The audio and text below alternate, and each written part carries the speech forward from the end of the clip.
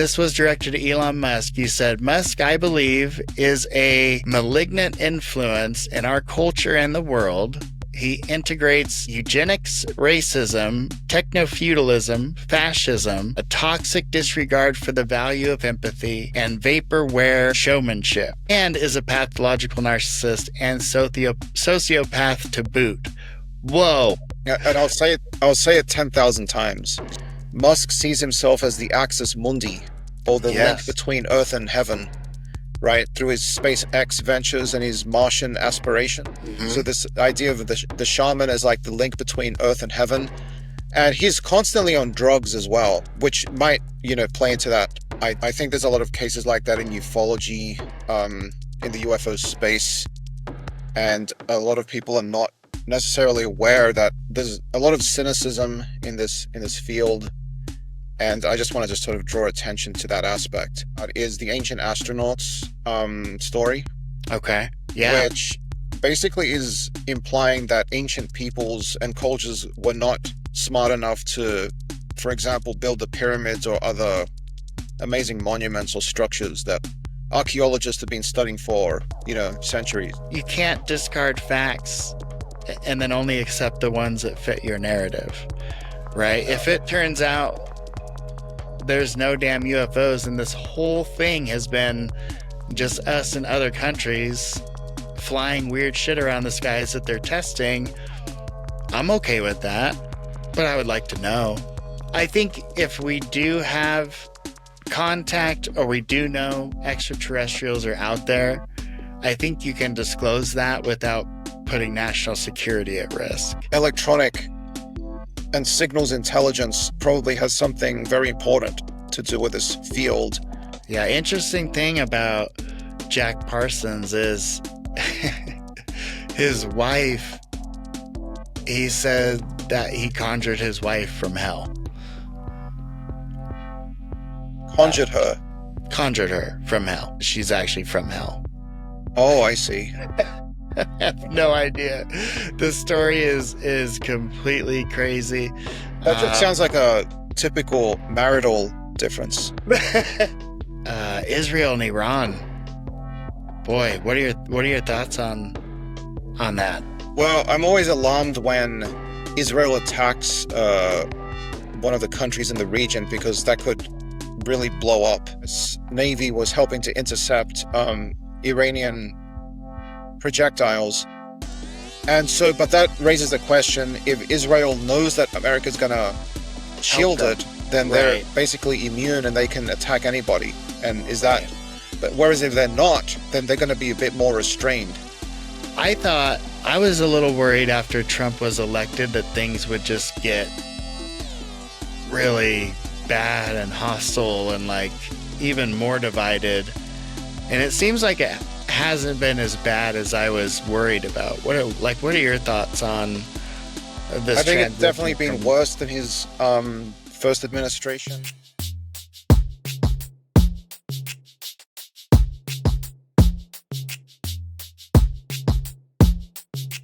All right, everyone. Welcome to the Gabriel Speaks show. Today we've got a special guest, Luis Cayetano.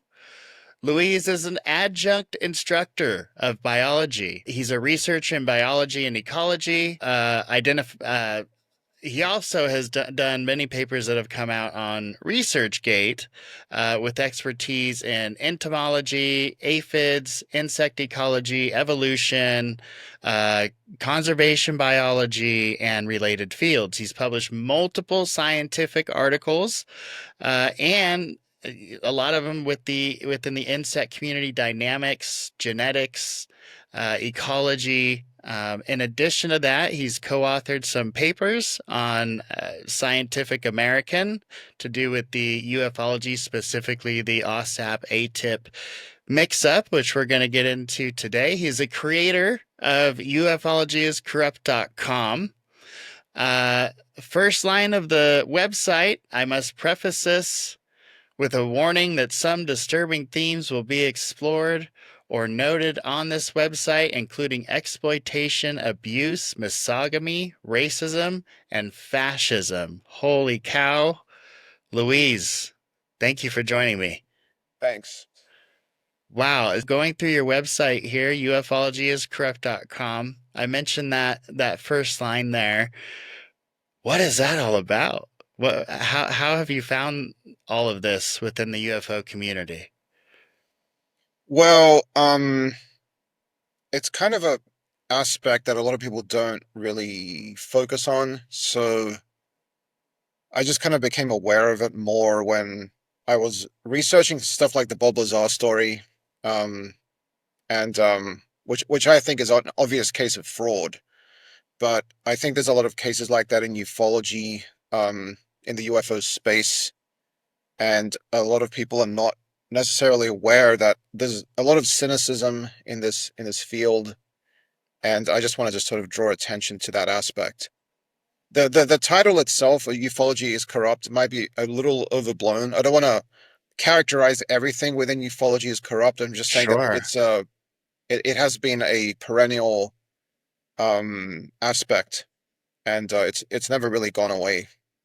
Specifically, what stuck out to me is the racism and the fascism. Where have you seen that in ufology? Well, one aspect which people might not automatically think about is the ancient astronauts story, Okay. Yeah. which basically is implying that ancient peoples and cultures were not smart enough to, for example, build the pyramids or other amazing monuments or structures that archaeologists have been studying for, centuries. Yeah. And so that's often had an explicitly, not always, but often has had a explicitly white supremacist component to it because the aliens are sometimes described as being Nordics. But in any Right. case, the ancient peoples are, denigrated in that we're being told that they weren't smart enough to make these things. So that's one place. Then Wow. there's also outright neo-fascist, neo-Nazi stories floating around within ufology about that the Nazis were building flying saucers, anti-gravity craft, etc., um, which they weren't. That's just like these are complete myths that have been perpetuated, sometimes by Oh, neo-Nazis, like the bell. including somebody called Ernst Zundel, I think Zundel. He was a prominent neo-Nazi kind of leader. He used UFOs to kind of draw in people and to use the UFOs as sort of vehicle to question everything, to make people think, well, if the government is lying to us about UFOs, maybe they're also lying to us about the Holocaust. Maybe the Holocaust didn't really happen. So UFOs are sometimes used as a way to undermine things that we're very sure happened, or basic reality.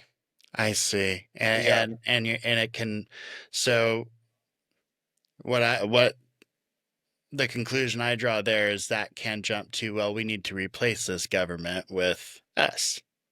yeah, And that's where the fascism and that comes in. The racism thing, I guess I wonder if that's just my own biases because I have like perpetuated that story, right? Like, oh man, the pyramids, there's just no way. I've even uh, kicked around the idea of future humans, right?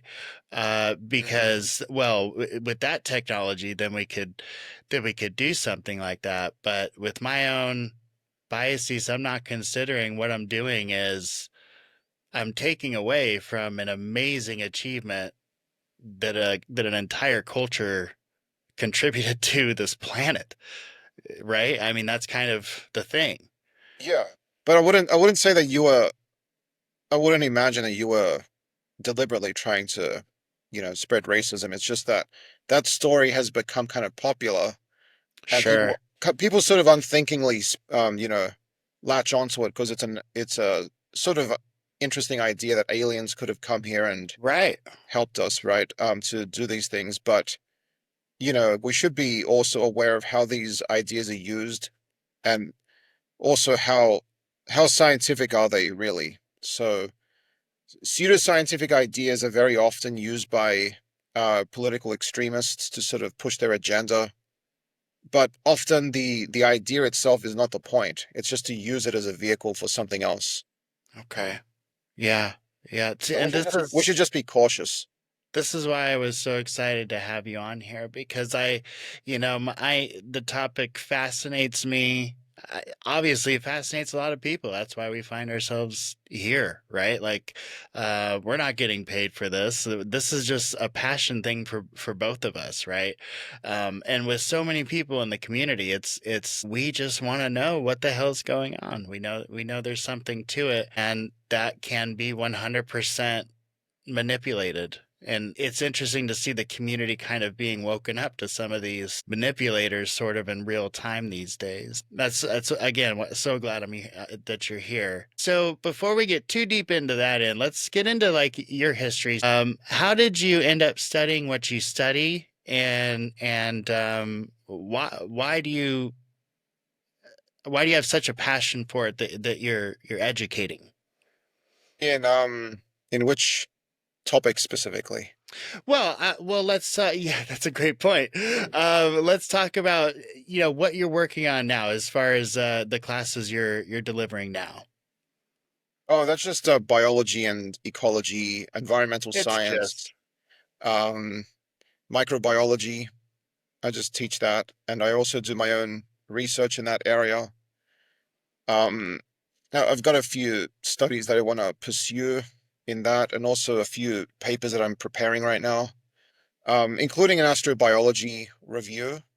okay. So just kind of canvassing the field to see what organisms have been used directly in astrobiology studies. So these include things like which organisms have gone up into the International Space Station to experience microgravity and vacuum conditions, etc.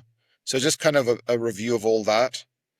But I'm also working on some computer simulation studies of evolution. And yeah, that's sort of my background is evolution because I've always found it fascinating to think that nature could have produced all this complexity and diversity and all these interactions that we have become aware of over the past century and a half, especially since Darwin's day, since he published The Origin of Species, which was a revolutionary, work. Hmm. Um, I've long been fascinated by natural selection and symbiotic relationships. So that's when organisms live close to each other and they interact in a very intimate way.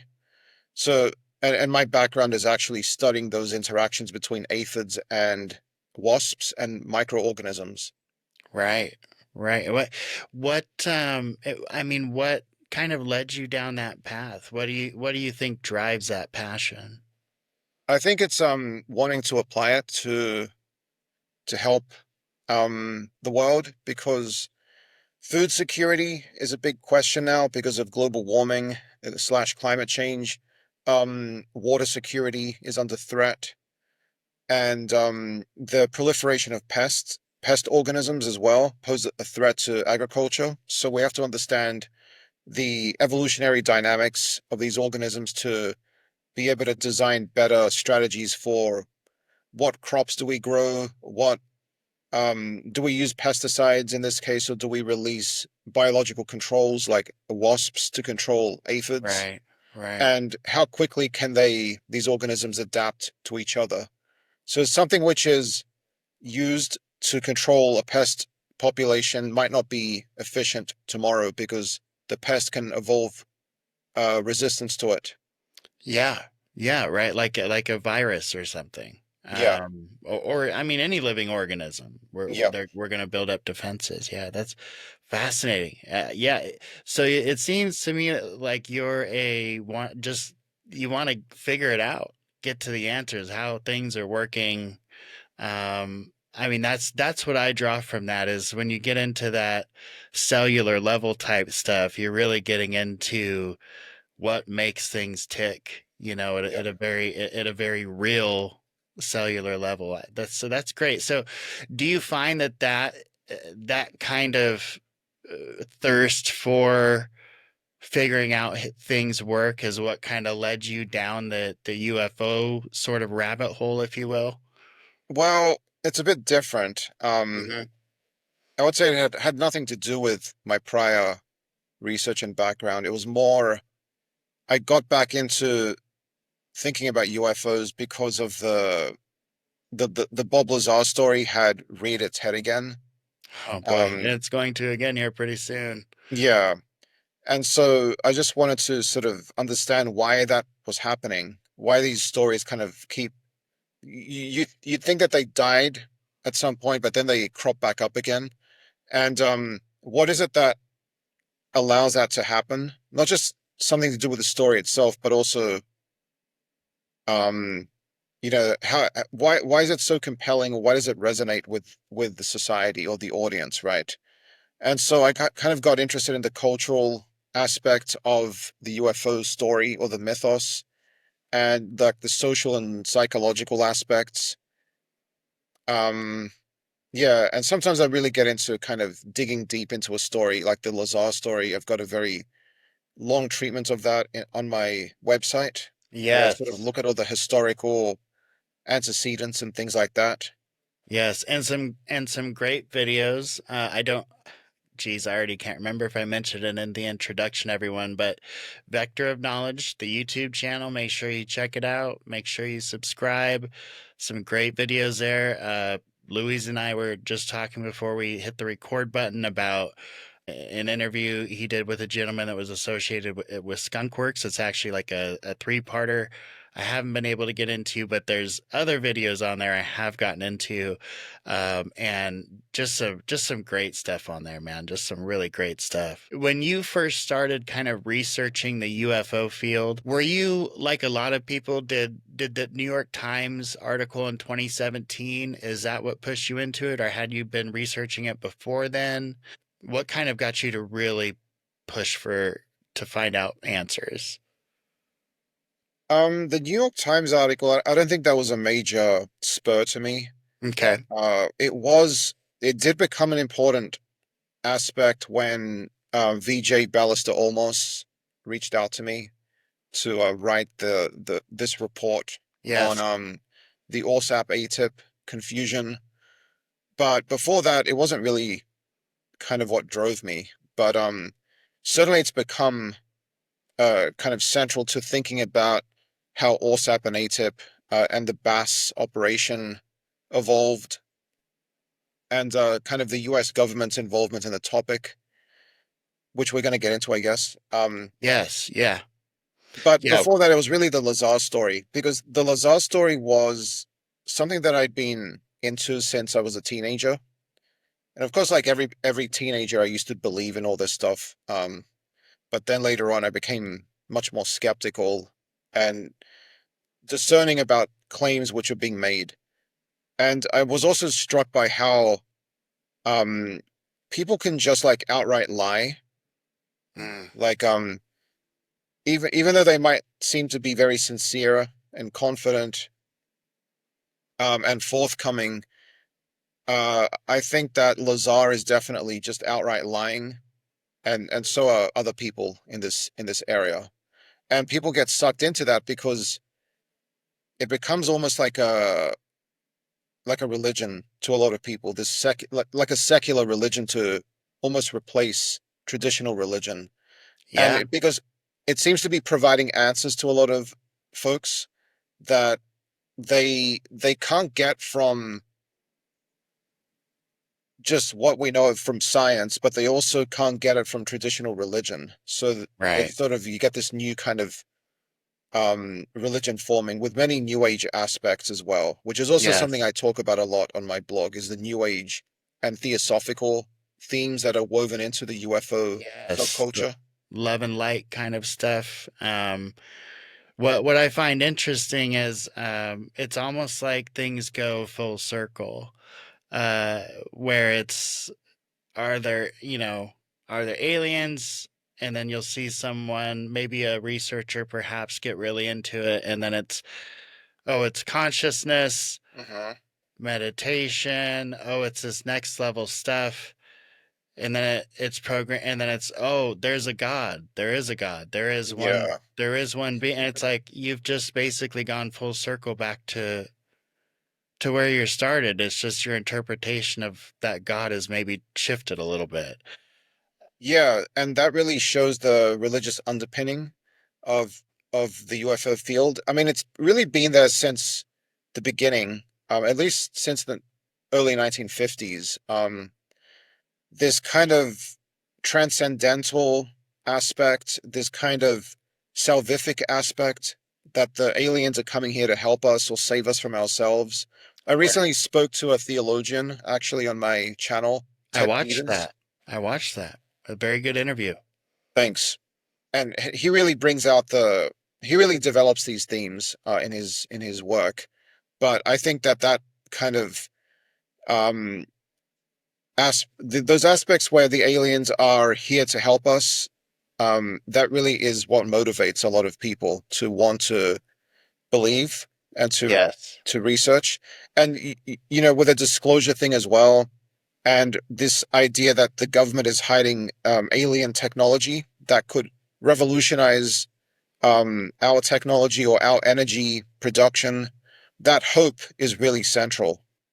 Right. And again, unless this is just straight up lies, which it certainly could be, but there does apparently there's an other side of that element. Have you heard of this Collins elite? Yeah. Okay, so yeah, there's that side that's Well, yeah, very, sinister. yeah, very religious, very Uh, old school, Christianity, end of the world type stuff, where even researching this topic, even looking into it, is inviting demonic activity. And yeah. what are your thoughts on that stuff? Well, the Collins Elite specifically, I haven't looked into it very deeply, but I could believe that there is a cadre of Christian fundamentalist or evangelical officers, maybe especially in the Air Force, because the Air Force apparently has got a high prevalence of like Protestant Hmm. fundamentalism. Hmm. But I could certainly believe that there might be high-ranking officers who are very reluctant to look into the UFO topic because they view it as demonic or Yeah. inviting, you know, satanic influence. Um, from what I hear, the Collins Elite, the story is kind of dubious, but still, I think it's a conceivable thing that there could be such a group. Interesting. Um, but certainly the demonic narrative has become pretty prevalent recently. Like Yeah. I'm seeing a lot of videos on YouTube about this, and I've made one. You yep, can't miss it now. That's the thing. It's like if you're gonna talk about the topic right now, there's this big group of people that believe this. I think that everyone should get a voice as long as you're not completely bad shit. Some should their voices I think should be elevated more than others, like yourselves, someone that's educated, has a good grasp on things, or grounded in reality. Others are just fleeting thoughts like, huh, that's interesting. Um, but yeah, I think we have to be careful that it doesn't become a religion for us, that research it or maybe get swept away by the topic, right? If you're out there, you're researching it, just be careful. If you're replacing your own steadfast beliefs with a new belief system based on something you're not even sure exists, that's probably pretty risky, right? yeah, and that's the point that Ted Peters makes is that we should not be worshipping Space Brothers. But on the other hand, the Space Brothers myth does carry a. I mean, if you come at this from a Christian perspective, which I don't because I'm not a believer, but Hmm. if you do, you should view the Space Brothers and the alien mythology as a sort of carrying a more transcendental meaning, which is above the Space Brothers, and this is like a message of being able to do good in the world. Right. So that's the most important thing is to still Yeah. do good in the world. And but as to like the veridical or the objective status of these stories, I think they're very dubious. I mean, the Space Brothers, some of the Space Brothers were obviously perpetuating fraud, and just making stuff up. But the more interesting component there is, why did people latch onto the story in the first place? Why was it so resonant in the culture? That's And a that great speaks to question. fears about war and ecology. I guess it does sort of come full circle back to some of the stuff that I've researched. But Yeah, anyway, that wasn't the reason that I got into it. yeah, yeah. But it's like it's the things we find ourselves for whatever reason looking at, right? I know you're. At least I think you're not a big fan of Elizondo. I'm not Right. 100%. And I don't know if you've been on any of the X spaces lately.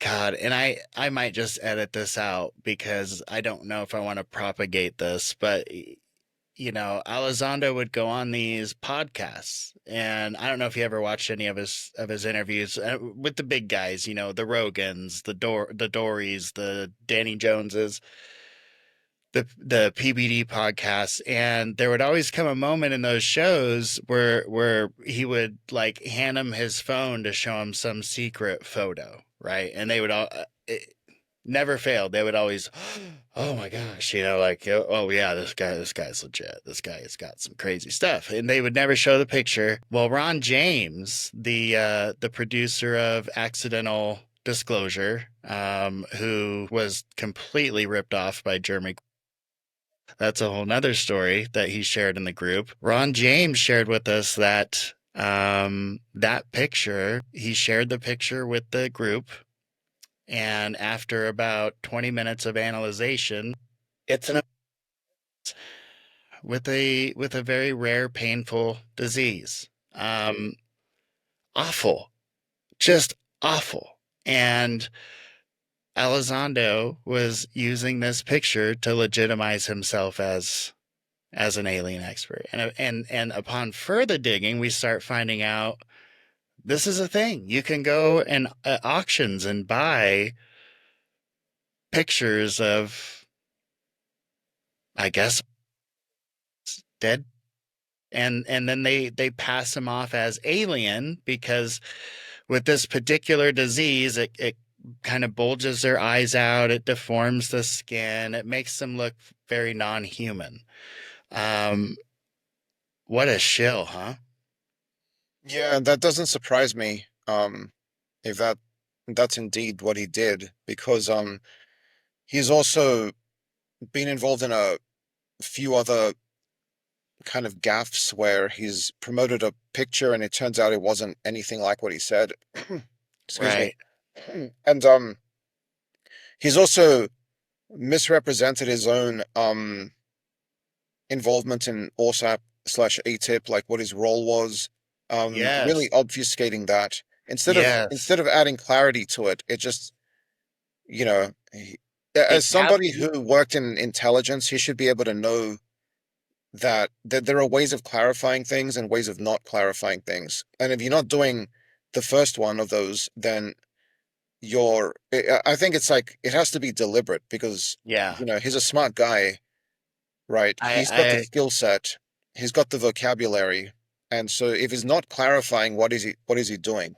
I 100% agree. And reading your paper, that's certainly what it seemed like to me. He was capitalizing on the confusion, right? He knew that confusion existed. He knew it was there, and he knew he could kind of take advantage of that and walk away and look like the boss of this thing that wasn't even real. Um, Pretty crazy, and that gets us into your paper. So you co-authored this paper on the OSAP ATIP confusion. It's on uh, oh my God, why am I gonna? ResearchGate? No, It's on ResearchGate. It's on oh no, Scientific American, academia.edu. It's on academia.edu, sorry. academia.edu. It's out there. It is a co-authored paper, and it is just full of. It's got a really great timeline of kind of the events, kind of behind the whole OSAP ATIP thing. And what was interesting until I reviewed your paper, I had no idea they weren't two different things. I thought they were two separate things until I read this paper. Yeah, well, it depends which version you're thinking of, because there is actually apparently Well, the evidence seems to be pointing to the first AATIP was actually just a nickname of ORSAP, which was the official program. That was the Right. funded program. That ran through DIA. That involved BASS, which was Bigelow's organization. It involved people like Colm Kelleher. Jacques Vallée was a contractor. Eric Davis was a contractor. Some other people involved.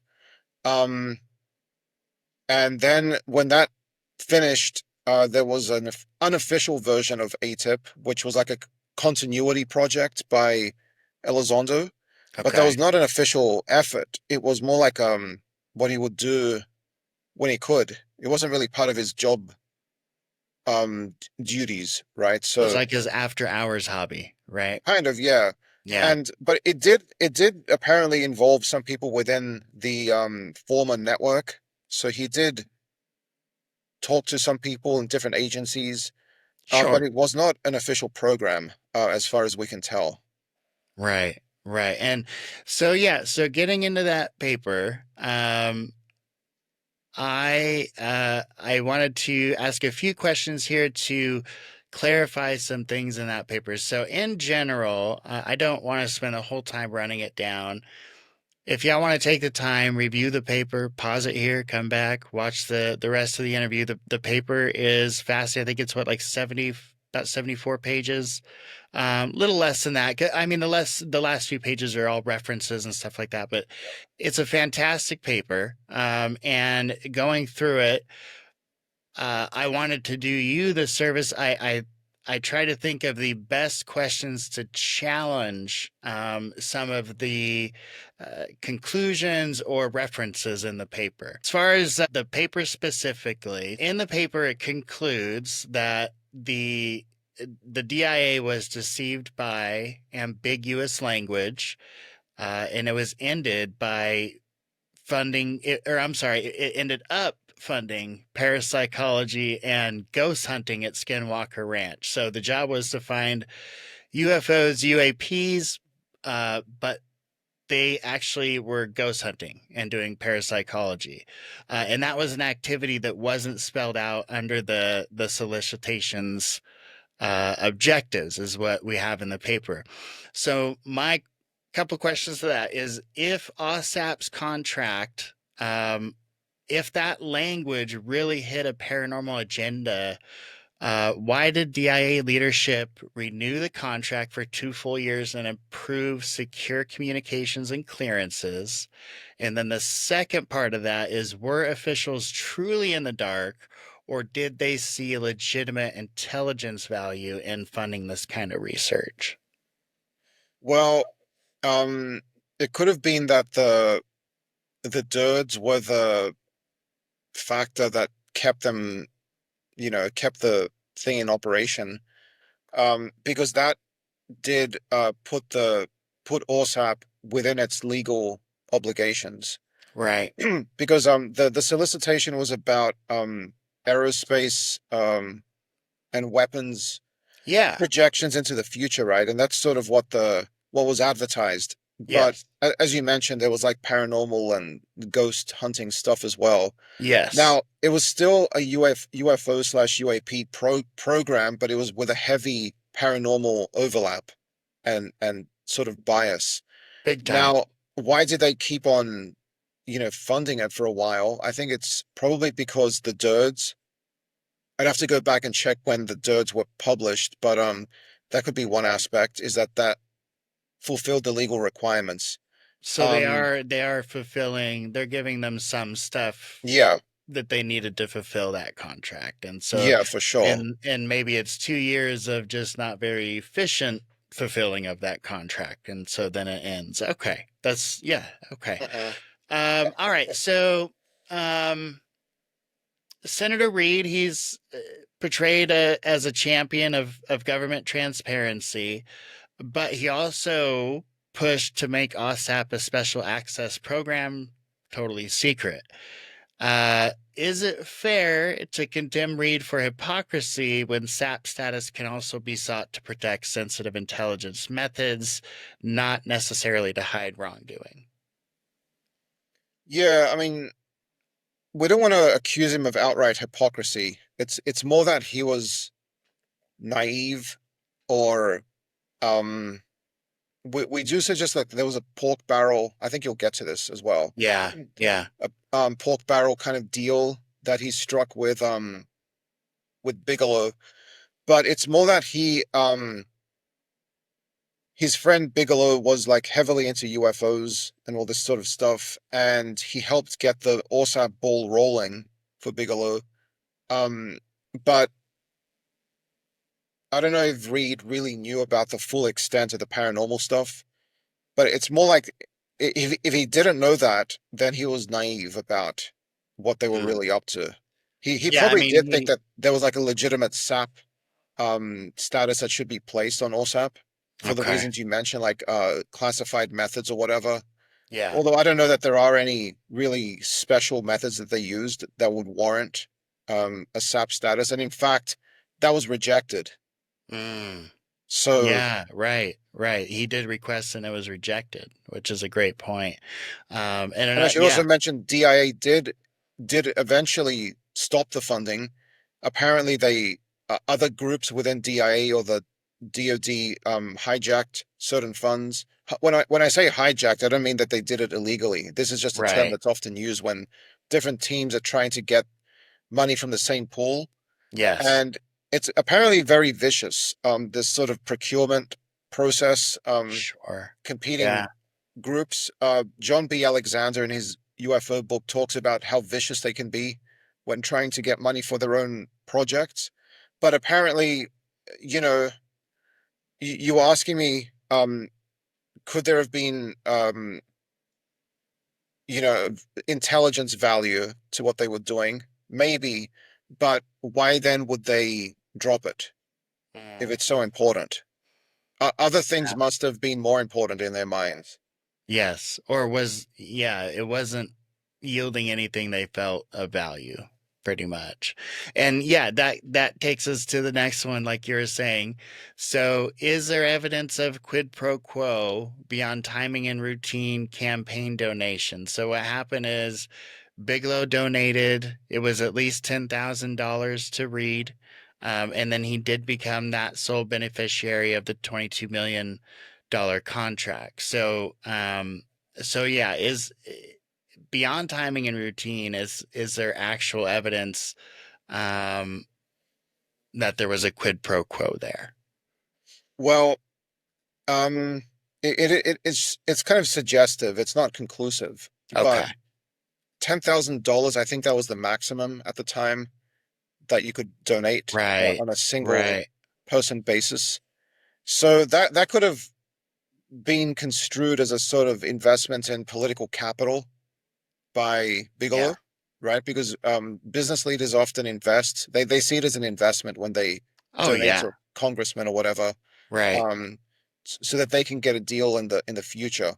And so we can also ask, like, why was this program even deemed necessary by Reed? And related to that is, yes, Bigelow was probably the only game in town which was like ready to go with Right. researching that, Right. but that still doesn't preclude the possibility that it could have been a sort of pork barrel thing because um Reed might have known that he was the only game in town and that he was just going to sort of initiate this program or get it rolling for Okay. Reed's benefit. Okay. Bigelow's benefit, sorry. Bigelow. Yeah. Well, perfect. Yeah. And that X's out my question about that because I did have a question about that too. Exactly. It's the timing thing, right? Like, Yeah. and is it that they were just the only folks that were ready for it? It's awesome. Okay. All right. So this one a little more challenging. All right. So a colleague allegedly called UAP Task Force lead Jay Stratton a nut job. Now, it's not that I disagree with this. But it's repeated to question his credibility in the paper. So, do you think in the paper repeating an anonymous ad hominem advances the analysis, or does it undercut that paper's objectivity? Yeah, looking back on that, I would say that it probably does the latter. We Okay. we included that because at the time we included that because it was out there. It was an item that was in the broader literature, and Sure. so we just included it for whatever it may or may not be worth. Yeah. But it is. I think the person who said that we still don't know who they were. It was an anonymous, quote at the time, at least, Yeah. and so maybe it's not appropriate to include it. Yeah. Fair. Fair. And and that's why I asked the question, because I know that that's what people are going to look for, right? Is something Yeah. that they can attack. And that's a very fair point, and I think that's a very fair answer. Absolutely. Okay. So where in the paper, I'm sorry, I'm jumping ahead of myself here. Throughout the paper, there does seem to be a special interest in far right and extremist links, kind of to this entire saga. Where in the paper, or even in general, can we find evidence or even breadcrumbs that extremist politics kind of meaningfully shaped this group? Or is it more of a statement based on just kind of your prior concerns of how it all came to be? No, I think when it was mentioned about the right wing stuff, I think there was one mention. Correct me if I'm wrong, but Hmm. at the beginning when it introduces me, it just mentions that I'm interested in that aspect of ufology. Hmm. But the paper itself doesn't go into that. I don't think, in fact, I don't think that there have been many political extremist kind of exertions in the OSAP ATIP saga. So I You think don't this think is it's this like is a a different right or thing. left thing, it's just a politics thing? Yeah, well, Sort of. it's Sort. kind of tricky. Contracting. Yeah, it's Yeah. So put it this way. So I'm interested in that aspect, but that wasn't what was this paper was about. The Right. people who were involved in OSAP and ATIP and BAS, I don't think that they're political extremists either way, left or right. Um, However, now that I'm thinking about it, and this is not talked about in the paper, but Jeremy McGowan recently put out a very interesting paper about how the UFO mythos and story can be turned into a narrative to undermine consensus reality and to push for unwarranted disclosure of American national security secrets Sure. Yeah. by people who want Yeah. to disrupt the constitutional order and Yeah. replace it with something different, like people like Elon Musk, etc. That Even if they is don't personally believe those stories, they can still exploit these sort of counterculture type of narratives to undermine the the current constitutional order to replace it with like um techno feudalism and things like that. So McGowan which is goes into all of that aspect, and I think that's terrifying. very interesting. But that's not what this was about. Okay. Okay. Yeah, which is terrifying, by the way. Yeah. I'm gonna have McGowan on in the next, he's on vacation now. God bless him. He deserves it.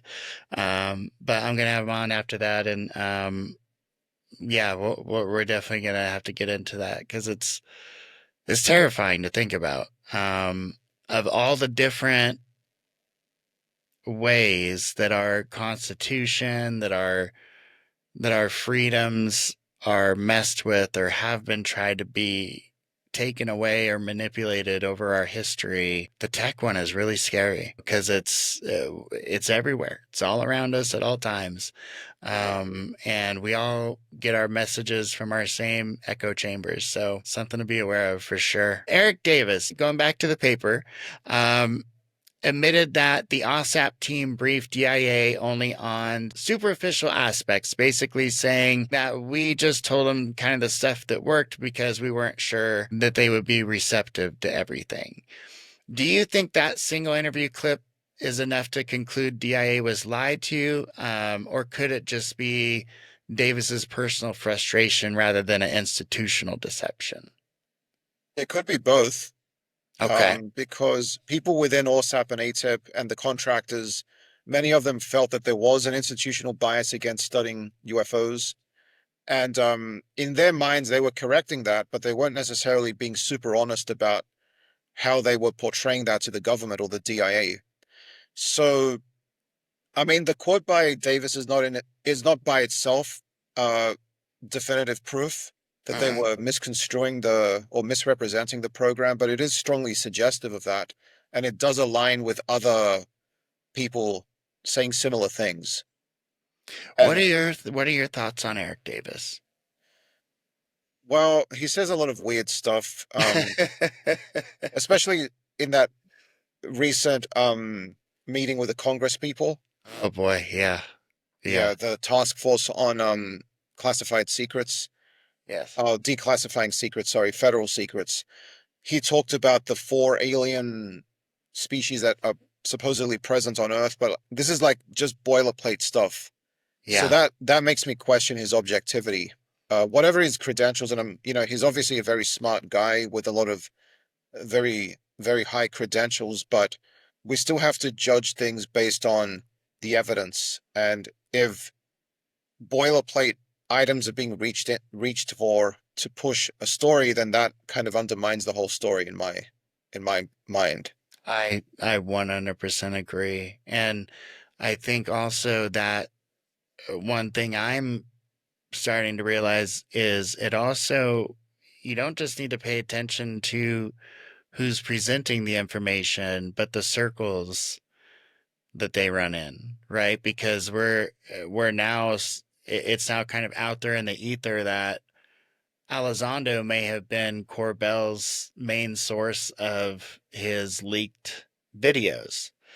And if that's the case, that all of a sudden that group gets even smaller, right? Like, oh, okay, so Elizondo, Corbell, Knapp, now you all are tied in Yeah, together. This isn't three separate entities or two separate entities, right? Because I think Knapp and Corbell have kind of tied themselves to each other, but that's important, right? Because it's the crowd, birds of a feather flock together. And if you got one of them out there saying it's aliens, and the most disturbing thing is he knew it wasn't a. That's what really makes me want to puke into a toilet, right? Is that he knew what he was showing these people was a tragic story and yeah. smiling and laughing like he's showing them some secret. It's absolutely disgusting. I digress. My disgust for Elizondo over the last year has just become to a tipping point where it's like, good gosh. If I may, rather, if I called your mother a hooker, how would you? And I'm being honest. I'm not saying that. I'm asking you hypothetically, if I were to call your mother a prostitute, or your partner, or your kid, how would you feel about that? But you're certainly right about the core group of believers. This sort of tightly knit group, which has been very involved in the story for decades, really. And the Arrow Historical Report, Volume 1, does touch on that there's a sort of core group of people who have been very instrumental or integral in pushing the narrative. And Sean Kirkpatrick has also talked about that these stories kind of get recycled within this space, and Yes.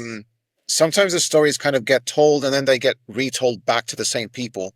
So they think that like they're hearing it from an independent source, but in fact those people were just influenced by the first group of people. So it's sort of like a cycle, and the stories It's get like more elaborate each time. you see that a lot when the original story is questionable to begin with, but then it grows into a thing where it's almost like this lazy journalism thing, this clickbait journalism thing, right? Where they're not worried about getting it right. They're just worried about that headline people will click on and they'll take the information from wherever. Like it doesn't matter. Yeah, and also being the first to put it out. Yes, yes, yes. And it's dangerous. Yeah, it's very It's dangerous. it's dangerous. And I can tell I'm getting old because like I watched Good Night and Good Luck the other night. I don't Yeah, know if you've seen that film, that old it's a great Clooney movie. film. Yeah, Yeah, with Edward R. Murrow. And I was like, man, that was news. yeah, yeah. That was news. Just what's going on. Let's think about it. Here's the facts. Good night. We don't have that anymore. We just Yeah, don't. That's the thing. They've lost so much trust with the yeah. American people. It's when they became commercialized, they lost so much trust with the American people. That's part of a broader erosion in American society with institutions. The trust between these institutions and the public.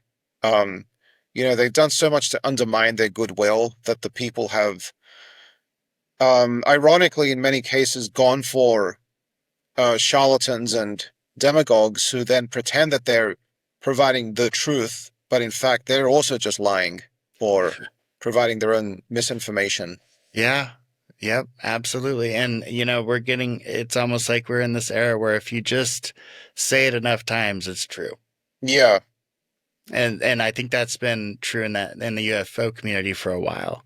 You just say it enough times, speak it enough times, say it at enough conferences, reference it in enough interviews, and all of a sudden this is a fact. When it never was a fact, it was always questionable. Okay, all right. So getting back to your paper, I'm sorry to take us off topic there. And actually, this kind of brings us back to it. It likens modern UFO belief to religion.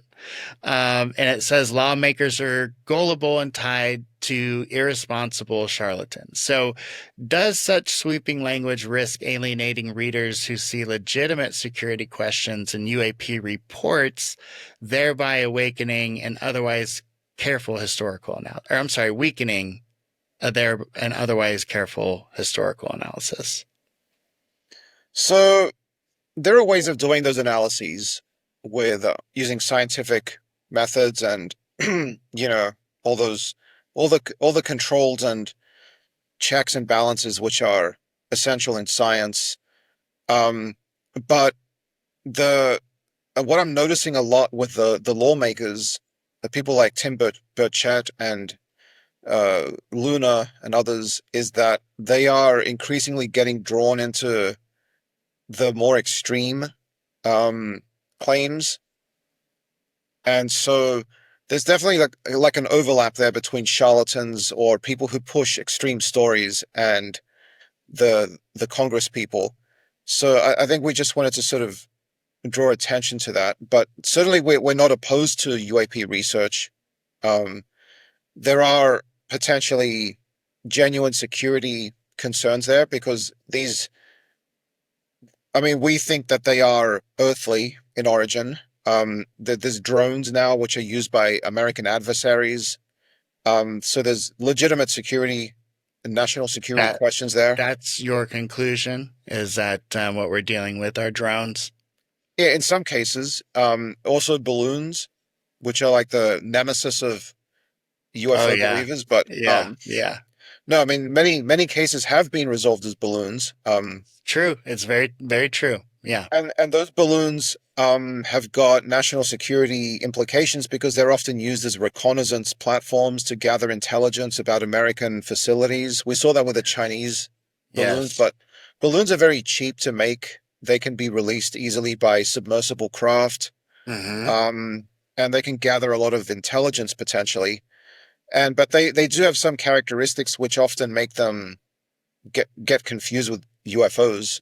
And so, all of that, it's legitimate to look into that. But when people start to talk about like psionics and all these other things like Nordic aliens, and that just starts to get into sort of this just, stories circulating. And I think it's pretty dangerous if people in Congress latch onto them as having an evidential basis, because then they're tempted to go for disclosure, and disclosure can mean revealing American secrets that should not be revealed, right? Yes. And that's to the benefit not of the US, but of China and Russia. Yeah. And there is, of course, I think there should be a balance between security and the public's right to know, but that has to be done very, very carefully. It can't just be on the basis of disclosure, sort of this disclosure extremism or whatever you want to call it, just this sort of knee-jerk reaction that everything should be revealed, because that's not going to help either.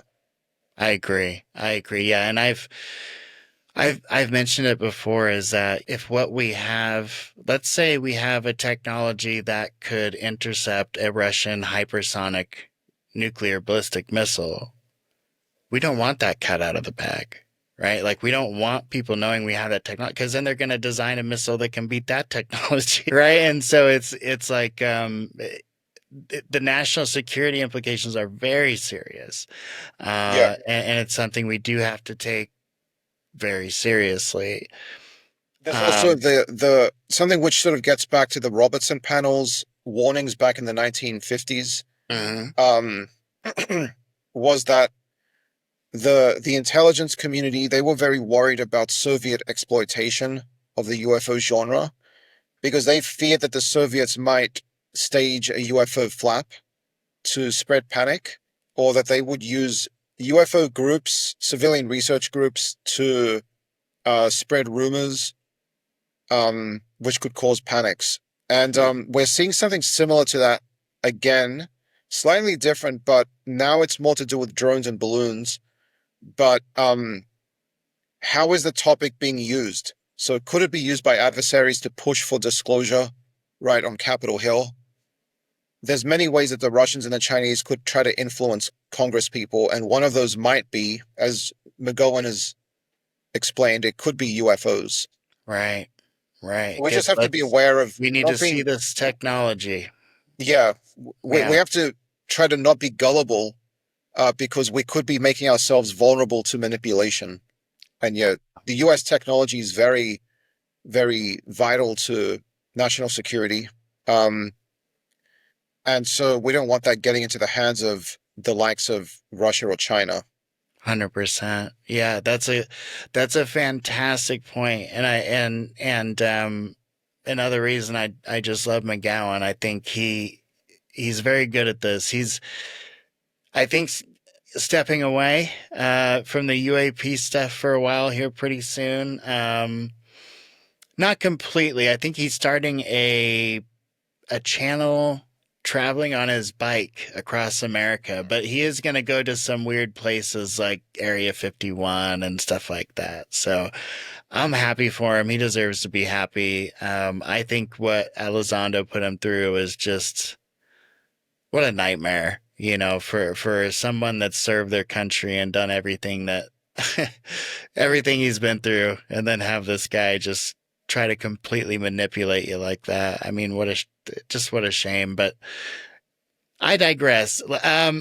Okay, so you study population dynamics and adaptation, right? And your ecology stuff. With that being said, do you see any parallels in the way UFO myths kind of spread and diversify and persist over time?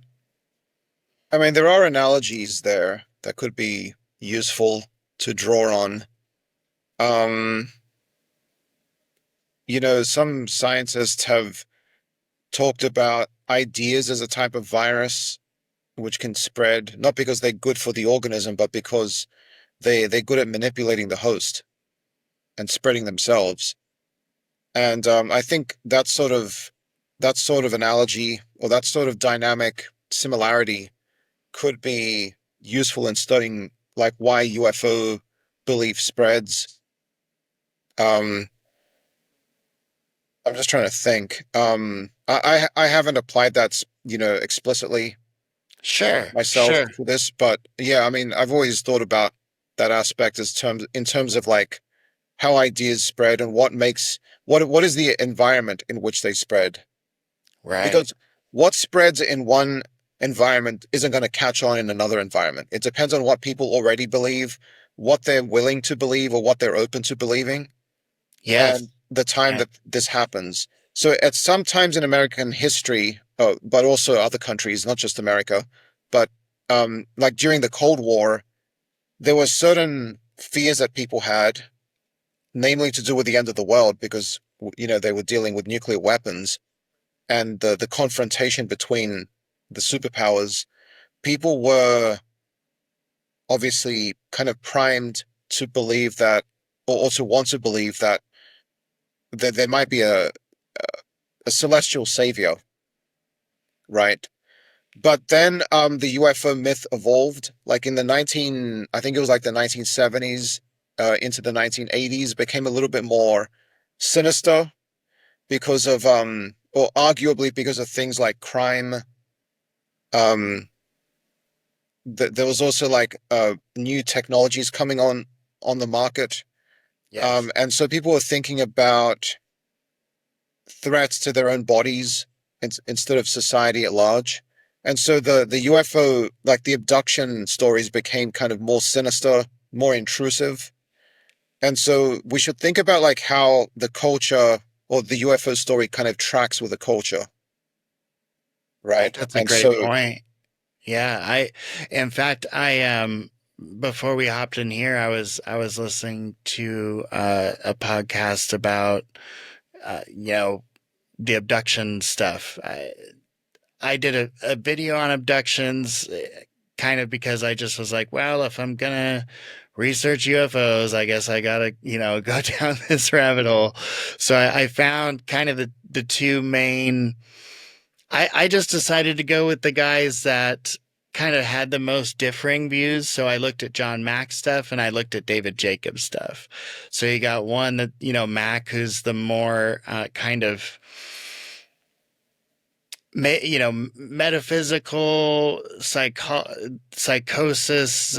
Maybe there's something to it, but it's probably more something going on in our brain and neurologically. And then you had Jacobs, who was like, no, full on. This is a hybrid yeah, program. They're making hybrids. They're taking over neighborhoods and apartment complexes. And I think I think that there is something to it, but I kind of fall on the Mac side where it's more of a, I don't know what it is. I mean, I'm psychology was definitely not my major. Very interested in it, but it wasn't my major.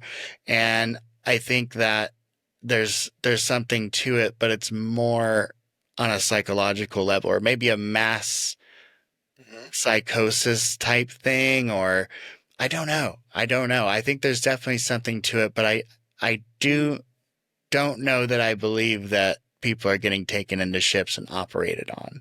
Um, yeah, that just seems a little far beyond believability for me. Doesn't really pass my smell test.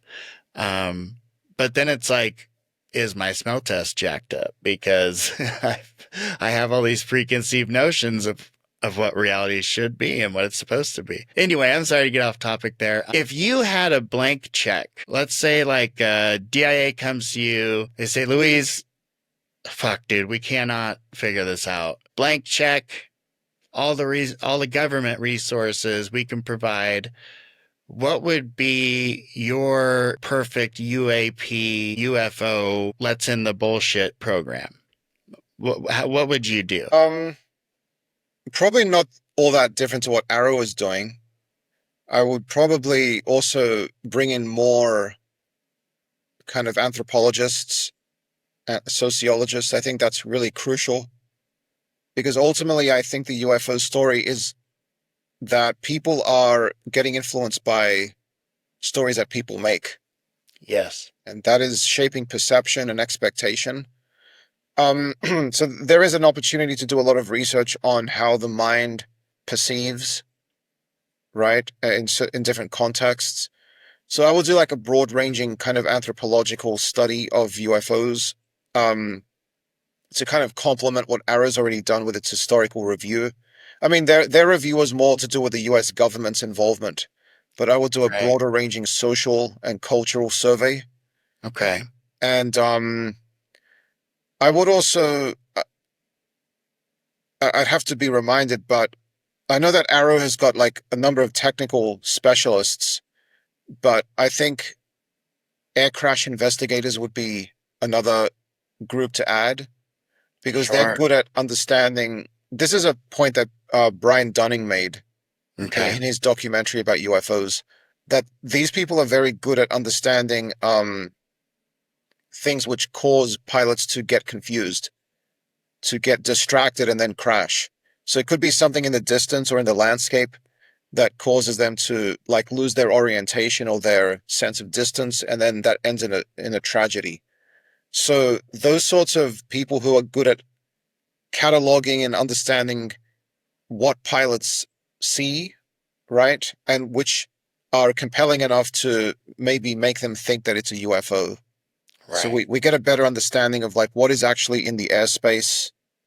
What are those things that pilots are actually viewing that could be misidentified as a UFO? What else? Have you heard of Max Afterburner, the YouTube channel? He was an F-15 Thunderbird pilot. You know, the guys that go to the shows in the F-15s, the red, the blue, and the white planes. He came out. So he's had this YouTube channel for a while, and it's always been on just really cool video from his cockpit and stuff like that. But he came out, it was like a week or two ago, and was like, okay, since like the stigma's kind of died down, you know, I'm finally ready to share my story. And he shares a story where they were on a training mission.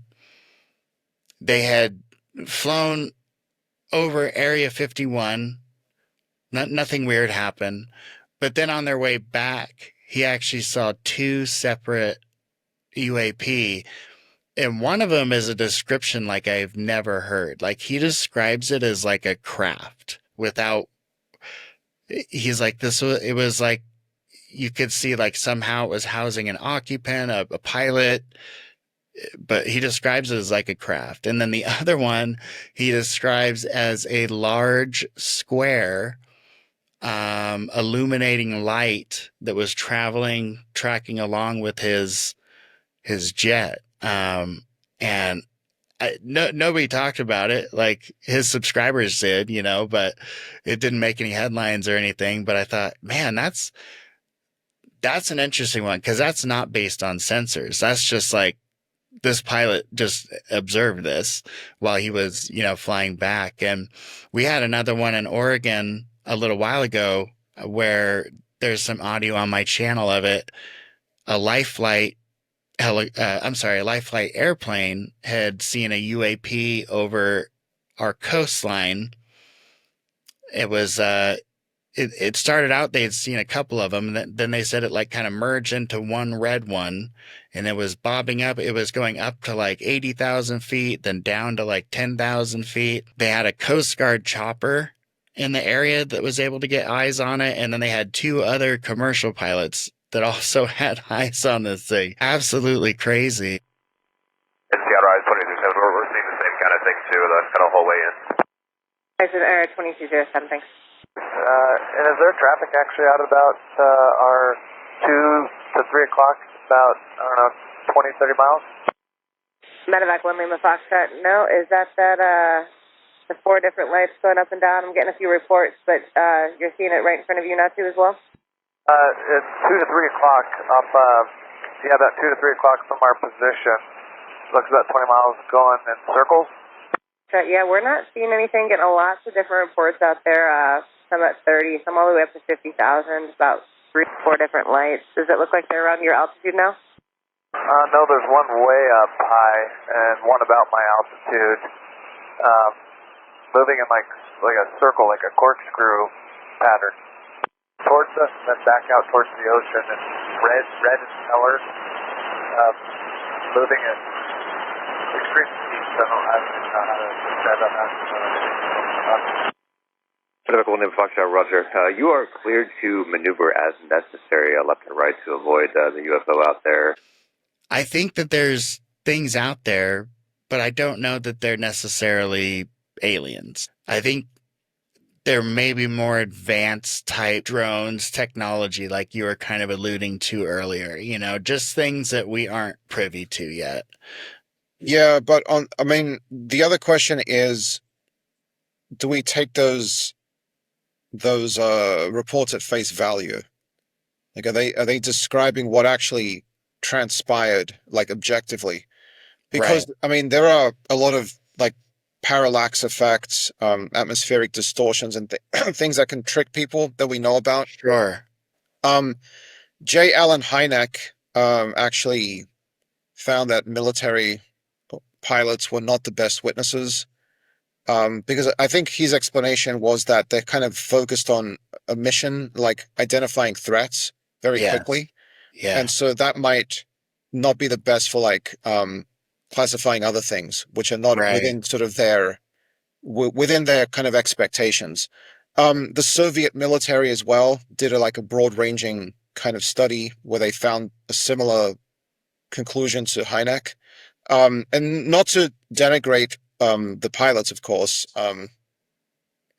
but we just have to be wary of reports with eyewitness testimony, because we know that it can go wrong, even in multiple witness accounts. And especially with like celestial phenomena, things coming in from space into the atmosphere, like burning up satellites, meteorites. Yes. Those can be construed in different ways by different people. Sure. And sometimes meteorite re-entries or entries into the atmosphere can even elicit in people the strong belief that they're looking at a spacecraft with windows and flashing lights and things like that.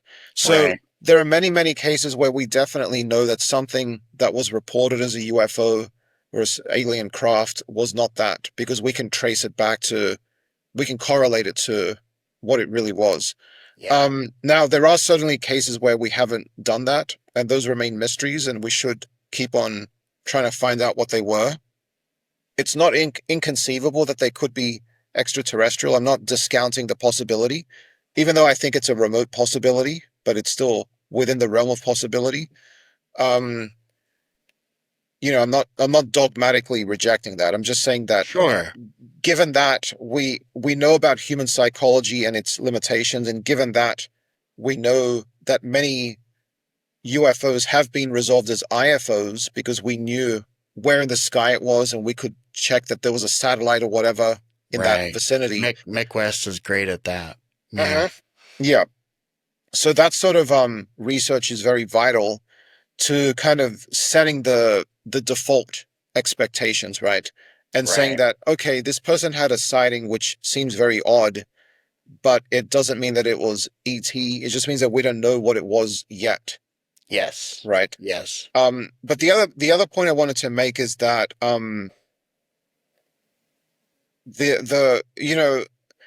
suppose that those people were describing like these amazing maneuvers where something goes like to 0 feet to 80,000 feet or whatever within a second. Right. That sort of technology doesn't seem to be. It just doesn't seem to me that that's how technology evolves. Because if you think about like the US space program, right? It had the NOVA program in the 1960s and 70s. Oh, when did that run? I think 1950s actually to the 70s. And let's not forget though, we also had the Air Force space program that a lot of people don't think about a lot. But they flew many manned missions, into space. And in fact, I think you were talking about some of the research that was done, with the ISS and stuff like that, the biomedical research and stuff. And I think a lot of that was done in the early days by the Air Force, manned missions into space. So unless I'm misremembering that. Yeah, there's certainly been a lot of biological material has been sent up. Yes. And some has come down, excuse me. But my point was that the NOVA program kind of ended without anything going into space, which was powered by a nuclear thermal rocket. And I did catch your video on that, actually. Yeah. Yeah, so I talked about that in a video, not on my channel, but on another podcast. Yes. So NASA wants to bring that back because it would be a very good way to explore the solar system, to use nuclear thermal rockets instead of chemical rockets. But you need that infrastructure to get that going, right, on a large scale. And to think that we're just using like these gravity-defying craft, it seems to just be skipping this massive step. It doesn't seem to be like how technology evolves. Because no matter how advanced the technology is, Like if you look at, for example, the Blackbird spy planes, right? Sure. Yeah. There was a whole developmental process that we now know about and it's very documented. We can read books about it. But you still need that sort of infrastructure and know-how to be built up. And with a gravity-defying craft, there were some studies in the 1950s and 60s and 70s that those were theoretical studies. There's no evidence that we know about that became operational, right? And so you would need something like the Manhattan Project, I think, to get that going. Well, wasn't there, and correct me if I'm wrong, wasn't there something about the B2's lift, and that we're not willing to, we'll sell a version of the B2 to some allies, but we won't sell the original because it's believed that there's some type of anti-gravitic lift propulsion so going the B2, yeah, I know what you mean. The B2 was not sold to anybody. That is. Wasn't there like a limited version that's sold to one ally? The like F-35 the E version or something? I don't know. The F-35 is a fighter plane, right, and bomber, which is developed, has been jointly developed by the U.S. and various allied countries. Right. But the F-22 is not sold to anyone. The B-2 is not sold to anyone. The F-117 was not sold to anyone. The whole thing, didn't it have something to do with like it shouldn't be able to take off from a carrier or something, but it can, or it shouldn't be able to take off from it's something to do with the distance and the lift. Like basically somebody broke it down in a video where it shouldn't be able to take off in the amount of space that it needs to take off. It should take it longer to take off, essentially. And it's a very minute level, but there is some level of how the hell does that work to it? Well, I'm not sure what aircraft. It's definitely not the B-2. That was never sold to anyone. No, maybe neither was the U-2. The U-2 was a spy plane. That was with a very long wings and very high lift. Yes. But that's amazing how quickly that can take off because it's got so much lift. But that was flown from aircraft carriers for a while by the US. But there's also, I think you're talking about this idea that the B-2 uses like a gravitic, like a electromagnetic or something. It's a very, like it barely affects it, but God, I sound so stupid right now because I can't even think of the video that I watched. But basically, I was watching somebody break it down to where, and it was a while ago, but this thing shouldn't be able to take off in this amount of space. Right. I'd have to see the video. I'll see if I can find it and shoot it to you, or I'll add it to this when I do the editing on this one. But but from what I know, that story about the B-2 using anti-gravitic or gravitic lift is like it's just a rumor. I don't think that was ever. Okay. I mean, I have to see some sort of mathematical breakdown of it. But I'll see. Yeah, I'll see if I can dig that up for you for sure. So, according to a report in Minutiae magazine, classified anti-gravity technology has been in the public realm for over 6 decades. But it was revealed in 1992 that the B-2 bomber used electrostatic charges on the leading edge of its wing. According to aerospace experts, it was confirmed that variations of the B-2 bomber used electrogravitic principles based on the Byfield-Brown effect. They say the B-2 bomber employs sufficiently high voltages to significantly reduce its weight. This enables the B-2 and other classified anti-gravity machines to display flight characteristics that appear to defy the laws of physics. So what exactly is the Byfield-Brown effect? It derives its name from a phenomenon observed by Thomas Townsend Brown, who was experimenting with X-ray machines in the 1920s. When he applied a high-voltage charge, he found that it reduced the weight of an object. What about the sensor side of it? Like actually trying to catch whatever it is that's up there. I think that a high quality I can never say this word. I can't say it either, but I know exactly what you're talking about. That can resolve the source or the nature of something, of an emission. And so you need a really good one though for that. But where do you put it is the question, because there's going to be a budget involved, and so you have to kind of distribute these apparatus, to where you think something might occur, but you also don't want to bias. You need like a proper controlled study where you've got like things where, like somewhere you think things could be happening versus where you think it's not, so you can compare them against each other. Right. And things like that to make it a proper, controlled scientific study. Scientific approach. Other sensors could be like infrared sensors, electromagnetic sensors, radio receivers.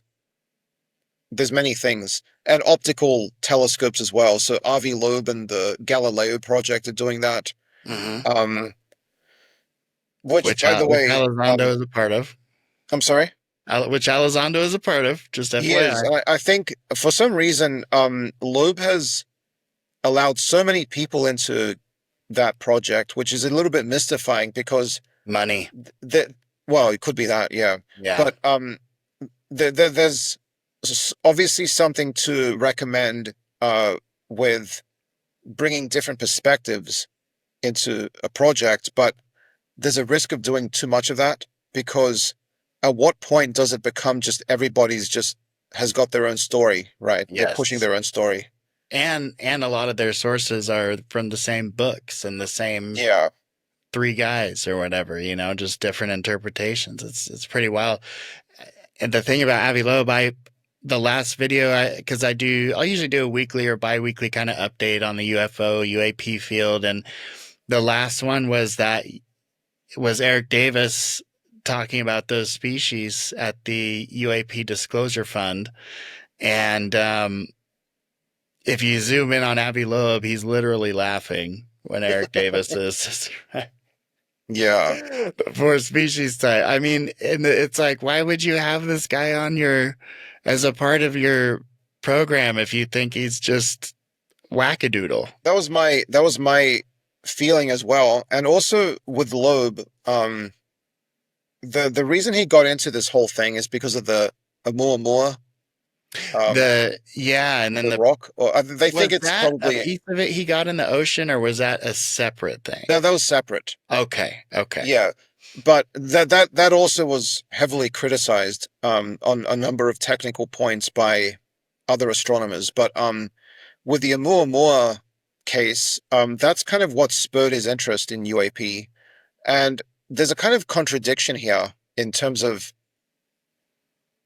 the fact that he was saying that the Oumuamua craft, he thinks it's a craft of some sort, like a probe, a space probe, uses like a light sail type of thing.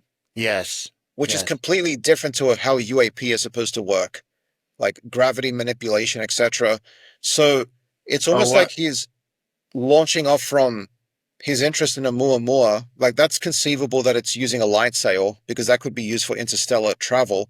Mm-hmm. But then that's different to like how you would go into the atmosphere of a planet and explore that planet, right? Right. That doesn't mean, just because you've got an interstellar probe, it doesn't mean that UFOs are going to be resolved by, conjuring up ideas about anti-gravity. I'm not saying that he's doing that himself, but he's bringing in people who do think that way. Well, and, going back kind of to what you were saying earlier about the advancement of technology, and you don't think it, it works that way. What if Eric Weinstein is right? And, what if they did take this fascinating stuff kind of underground and off the books, and they kept perpetuating the safe stuff in schools, and the dangerous stuff they were recruiting and keeping off the books. Well, I mean, we could always make a story like that, but well, he points to some. I mean, he points to some shady characters that were involved in the establishment. You know, because there was that era in the late 40s, 50s where we were talking about anti-gravity. Everybody was talking about it. T. Townsend Brown. You had, you know, all these scientists that were just really talking about making huge breakthroughs. And then all of a sudden, these two wealthy, rumored to be CIA gentlemen show up in the scene, and all of a sudden it's kind of made a joke, and then all these guys kind of go underground, and you never really hear a lot from them after that. And so I think what Weinstein was getting at is that they felt the advancement of this particular science could be so dangerous that it just can't be out there, right? Like if you can start collapsing gravity and stuff, like it's not going to be good for the general population, I think was the idea behind it. But they didn't stop it. They let them continue their studies, but funded and off the books, basically.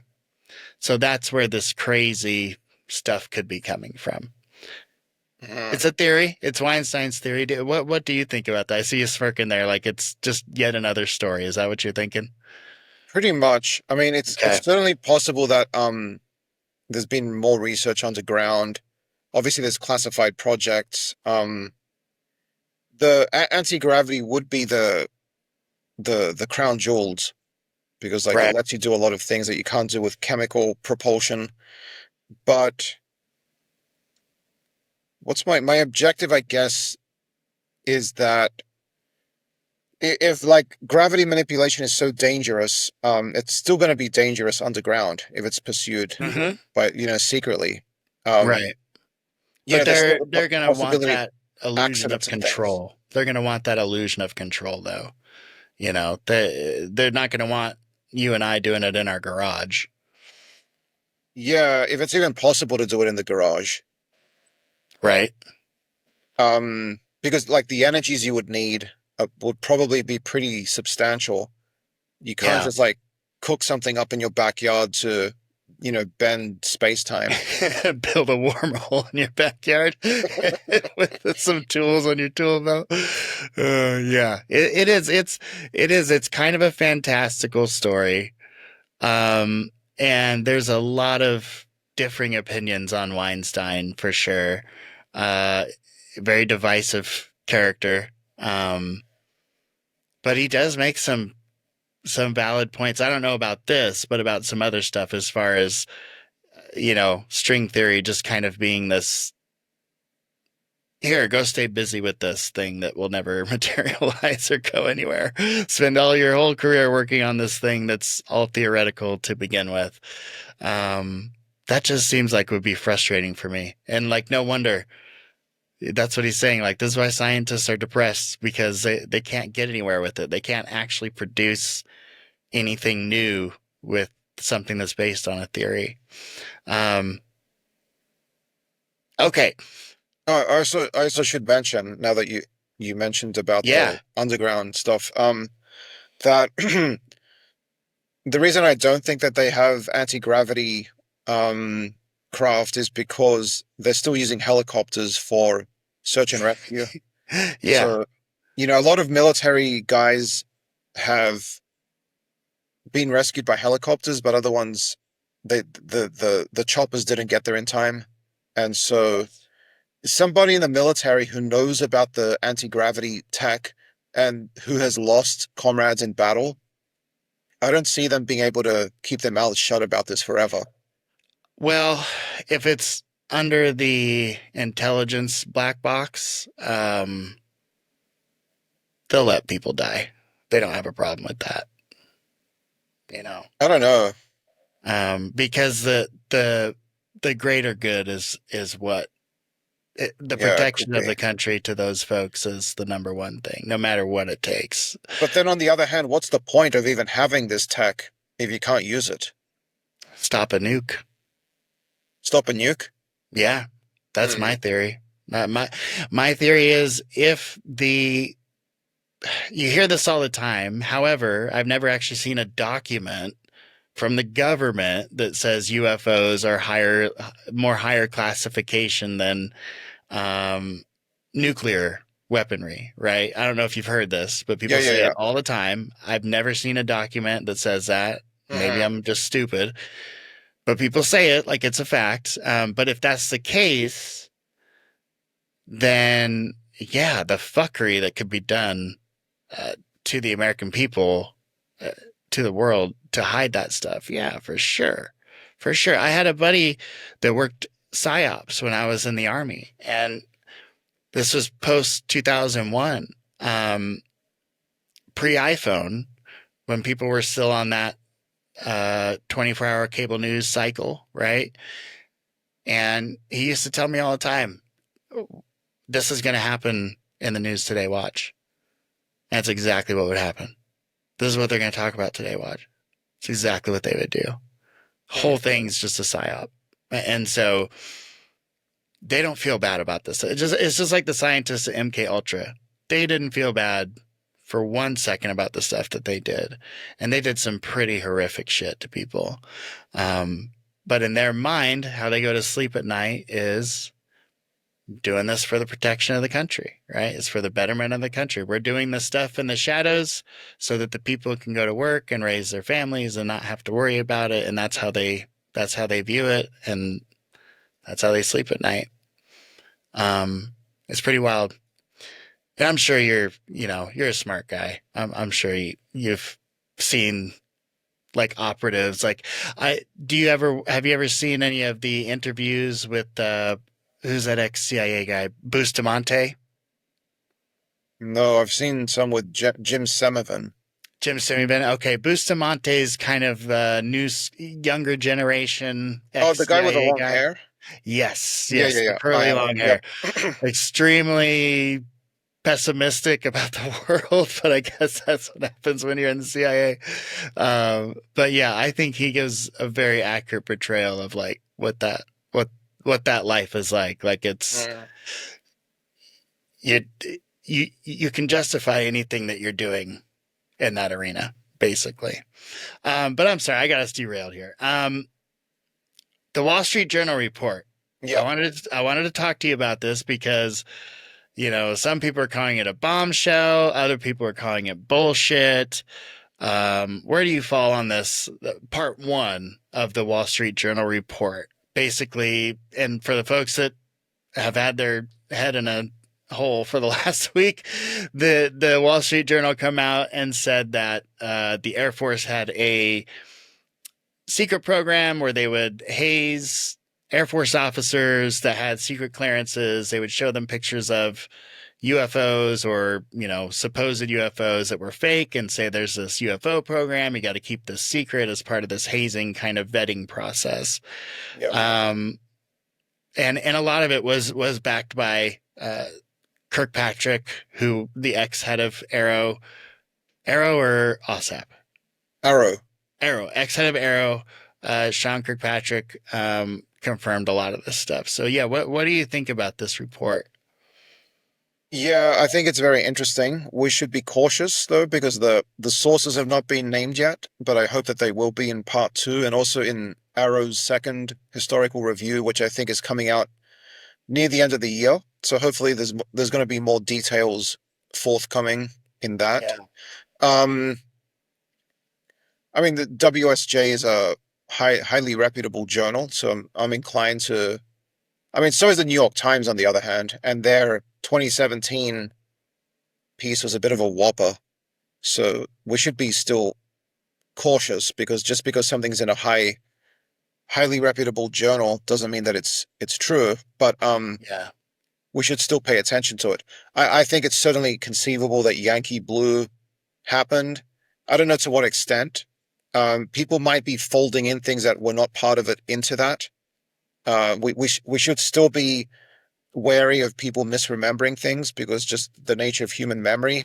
I'm very dubious about the Robert Salas case being part of that. I think that for technical reasons that couldn't have been part of it because, correct me if I'm wrong, but an electromagnetic burst would have destroyed or damaged the equipment far more than it was. In order to disable the guidance systems and the missiles, it would have also disabled a lot of other electronics and equipment. So I tried to visualize them rolling in 100-foot tall orb-looking device with nobody noticing at a nuclear weapons facility, and then shooting an EMP down active nuclear weapons where there's real personnel down there. Yeah. That for me is harder to believe than a UFO. Right. When it comes to really, really stupid reporting by mainstream media publications, the well runs kind of deep. You've got the pangolin wet market theory around COVID's origins, the whole Saddam Hussein had WMDs thing, the suppression of the Hunter Biden laptop story, calling ivermectin horse dewormer when hundreds of millions of people take it a year. I could go on for many days. But the Wall Street Journal just released an article called "The Pentagon Disinformation That Fueled America's UFO Mythology" that truly takes the cake. In summary, this article says that UFOs are entirely explained by two things: electromagnetic pulses, or EMPs, that the American government secretly decided to use on our own nuclear missiles, and Air Force hazing rituals. Good afternoon, my name is Robert Salas.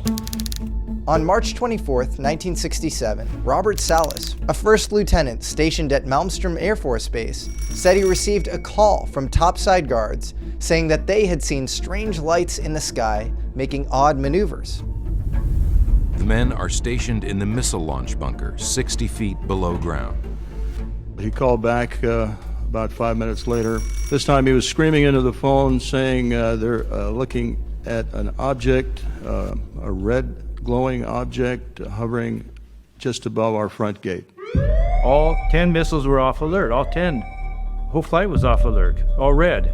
Salas even had a colleague present named Bob Jameson who backed up his testimony on record with Larry King. Is it possible they just malfunctioned? That doesn't happen. Yeah, very rarely does a missile malfunction. Much more rare would be 2 at the same time, but never 10.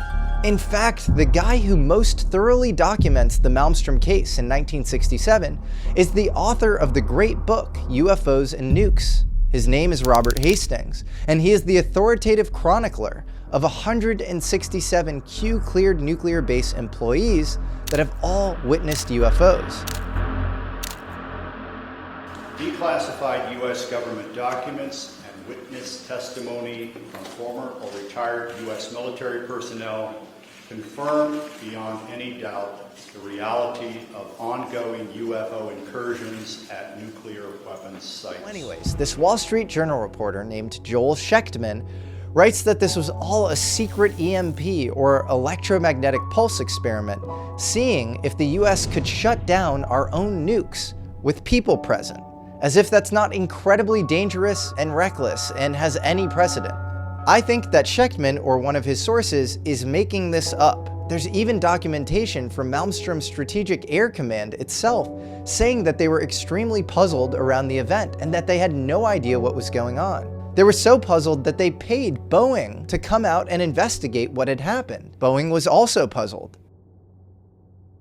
So again, back to this idea that this was a super secret EMP that no one knew about. And it was an EMP tested on our own nuclear weapons with people present. Bob Salas responded to this claim. Quote unquote, "It would have been irresponsible and unthinkable for the US Air Force to jeopardize the operational status of these weapons. The EMP generator equipment would have involved a prolonged installation process in plain sight of our security team." Again, this is the same security team that expressed extreme fear to Robert Salas due to the fact that a glowing red object was hovering around the base and making right-angle turns. For whatever reason, none of this testimony made it into this article. But perhaps most damningly, I mean the real nail in the coffin for this, is that EMPs weren't even a thing until the 70s, and no documents have ever suggested that the US has ever used them against our own active nuclear weapons with people in the vicinity, as my friend and journalist Merrick von Rennenkampf eloquently points out. As Merrick tweeted, the Wall Street Journal is suggesting that technicians somehow moved a 60-foot science experiment up to the front gate of an alert missile facility undetected, and then they fried the active nukes. This is a joke, right? And then you have the fact that EMPs don't usually do reversible damage. They take out all electronics in their vicinity. These missiles came back online. Maybe you could argue that EMPs can at times cause temporary downtime, but we definitely didn't have the ability to use EMPs this precisely before they were even operational. Yeah. And I think you're right. But I mean, there's many problems with the Salas case in any case. Sure. I mean, some people, like, I think there was one debunker that came out and said there was a power issue in the area, and that's what caused it. Yeah. I'm more apt to believe something like that than they were shooting EMPs. Yeah. Look, I was in the service, and it's true. They own you. They do questionable things, right? Like, your life is not necessarily their number one priority. But putting you in harm's way like that, I would be shocked without them being aware of it, right? Like, that's the thing. They, if you look back at those old experiments they did with those soldiers with LSD and stuff. Yeah. In the Army, at least, not the CIA, but in the Army, at least, they told you volunteered, right? You knew what you were getting into. I can't imagine them doing that with all these guys in the blind. There's just no way. Yeah. So when it comes to that case, at least, I'm very dubious about Yankee Blue.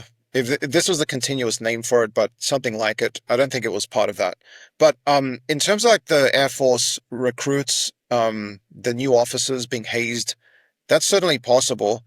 I have a problem though thinking that those officers could have stayed tricked for too long, because like if they're part of a program and there was no alien tech involved, like they would become aware of that eventually. So yeah, it could have been that they were using that to sort of screen people, or like in the beginning, or to gauge how gullible they are, things like that. Yeah, I believe you're onto something there.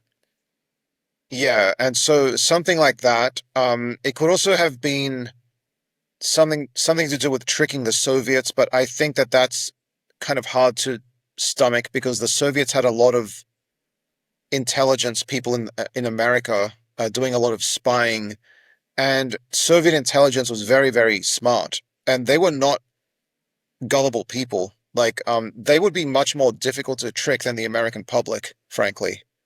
So I don't think they would believe this alien story. So the Soviets would probably be the last people to believe it. The old Soviet Union or Russia today? Well, both. Okay. They're quite hard-headed people, and they don't really get tricked by... I mean, they know that the Americans, just because they do a lot of disinformation, they would be always on the alert for people doing it against them. Right. And I think that would get easily spotted by them. So the U.S. Air Force, who knows what they thought? Maybe they did think that they could trick the Soviets, but I think that the Soviets would not get tricked by that. The American people would get tricked by it, though, more easily. You could find stories in the media, or spread them through civilian UFO groups, right? And then they could get picked up very easily. That could have some sort of disinformation or counterintelligence function, management perception, or whatever you call it. So that's certainly conceivable. There's a question about what level that was done at. Was it like a local commanders, or was it a centralized effort? Right. I think so it was something where I think it was at the local command level. So it was like officers down. But from what I understood from the article, it was kind of hit and miss. It wasn't like every battalion did this. It was like certain certain Yes. ones did this. Yeah. It could have been a part of a psychological study, just to see Sure. like what are the belief systems of different officers. What are they going to get tricked by or drawn into? Are they going to leak information to UFO groups or people posing as UFO researchers who might actually be Russian agents, right? And it could also be that they were using Yankee Blue or other items within the story to then like intercept the Soviet communications and then see if those terms popped up in Moscow, for example. Then you can sort of triangulate like who's talking to who, that sort of thing. Right. That's been have you read the work of Jack Brewer? No. Yeah, so you should check out Jack Brewer. Okay. And Erica Lukes, they're researchers. They do a lot Okay. of good stuff. He's got a couple of books about how NICAP back in the day, it actually included a lot of CIA people. Interestingly, people doesn't the weird stuff always? Yeah, they crop up in the damnedest places, don't they? And Yeah, then it's so weird. It's so like even Eric Davis yeah, works for the CIA, mm-hmm. And he pals around with Hal Puthoff. So it's really weird. And that's just the ones we know about, right? Like, right. Forget the ones that just look like employees that we don't know about. Yeah, so there's a lot of involvement there by the IC for whatever reason. People think that it's because they think that UFOs are real, but it could be nothing to do with that. Right. Because the CIA has always been interested in any threats to the country, and using propaganda or psychological warfare to neutralize those threats. So right. back in the Cold War, as I mentioned before, they were interested in how the Soviets might try to exploit the UFO, story to try to do a surprise attack on America by clogging up the American reporting channels. And there's still some possibility of doing that in today's environment with all the disinformation on social media, etc., undermining yes. American institutions, right? Yes. And so I can definitely see the IC being interested for a variety of different reasons in this field. Right. And like you said, just because it was done to some folks, it doesn't explain everything. Yeah, right. But so that's not going to be a comprehensive explanation. Yeah. I think that even if Yankee Blue explains some cases, it doesn't explain everything. I was telling this, or I was talking to some friends, is saying when you're a citizen, that's them kind of carrying out an operation on you. When you're in the military, you're property of the military. So it's just them doing what they want to do. But Jesse Michaels came out with a video talking, I don't know if you saw this, in response to the report, saying that, well, if this report is true and confirmable, then the government has just opened itself up to lawsuits left and right from people that have been damaged by these ops and misinformation against them. What do you think about that? Yeah, well, I think Grush and others have spoken to people who claim that they were threatened. And in fact, I think the current Arrow chief, or Kozlowski, is that his name? I had it written down somewhere. I think you're right, though. Yeah. He was talking to Stephen Greenstreet just recently, and okay. People who felt that who claim that they've been threatened with, basically death if they talked about this. Those things have got a lot of potential to inflict psychological damage, PTSD, on people, and I think those people would be within their rights to seek legal compensation. This is all sort of beautiful, though. The Wall Street Journal has really backed themselves into a corner. I suggest they either prove the existence of these hazing programs in a follow-up article, because extraordinary claims require extraordinary evidence, or at the very least, they support what I'm about to propose. A class action lawsuit under the Federal Tort Claims Act. Every UFO witness whose career has been significantly disrupted for their speaking out about this issue, or mental health has been disrupted by optical illusions in the sky or whatever hazing rituals this article is proposing, should be granted millions of dollars for being hazed by our own government. David Grush, who experienced serious reprisals while in government and was dragged through the mud at the National Geospatial Agency, should receive a large check in the mail. Surely we should have some church committee-style hearings about these egregious acts committed by our own government. And I'm certain Joel Schechtman and everybody else involved in the writing of this article would support that. I'm not so sure they would. This Wall Street Journal article is truly so bad that I am almost inclined to believe it is a pro-UFO conspiracy. So please, Wall Street Journal, do better next time. We need better debunkers. I'm not anti-debunking. There's plenty of bullshit in UFO world, a lot of which I cover. I'm just anti-bad, lazy debunking. And if Joel Schechtman or Sean Kirkpatrick or Susan Goff or any of these people want to come on my show or debate me in any context and discuss any of this in a civil way, I'd be happy to host them. Surely it would help promote this article. And if the article's contents are true, they can back all this stuff up. I suspect I won't hear back about that invitation. And that's probably the most frustrating thing about these people. They only hit you with these cheap shots from afar. They never actually show up and meet you face to face. So again, open invite. I've also messaged Lena Bell expressing a desire to write an op-ed rebuttal in the Wall Street Journal. If she says yes, I'll let Robert Hastings, Carl Nell, David Grush, Merrick von Rennenkampf, Michael Schellenberger, and anyone else contribute and co-author this paper with me. Awesome. I wanted to talk about some of the more, I guess, kind of controversial stuff in some of your blogs. This one in particular, this was directed to Elon Musk. You said, Musk, I believe, is a malignant influence in our culture and the world. He integrates eugenics, racism, techno-feudalism, fascism, a toxic disregard for the value of empathy, and vaporware showmanship, and is a pathological narcissist and sociopath to boot. Whoa. Yeah, and I'll say it 10,000 times. Okay, so where does this come from? So I don't think he's always been this way, but more recently, his influence on social media, obviously through his purchase of X, or Twitter, which became X, the things that he's consistently done, they all point to a narrative of wanting to degrade consensus reality and push conspiracism. And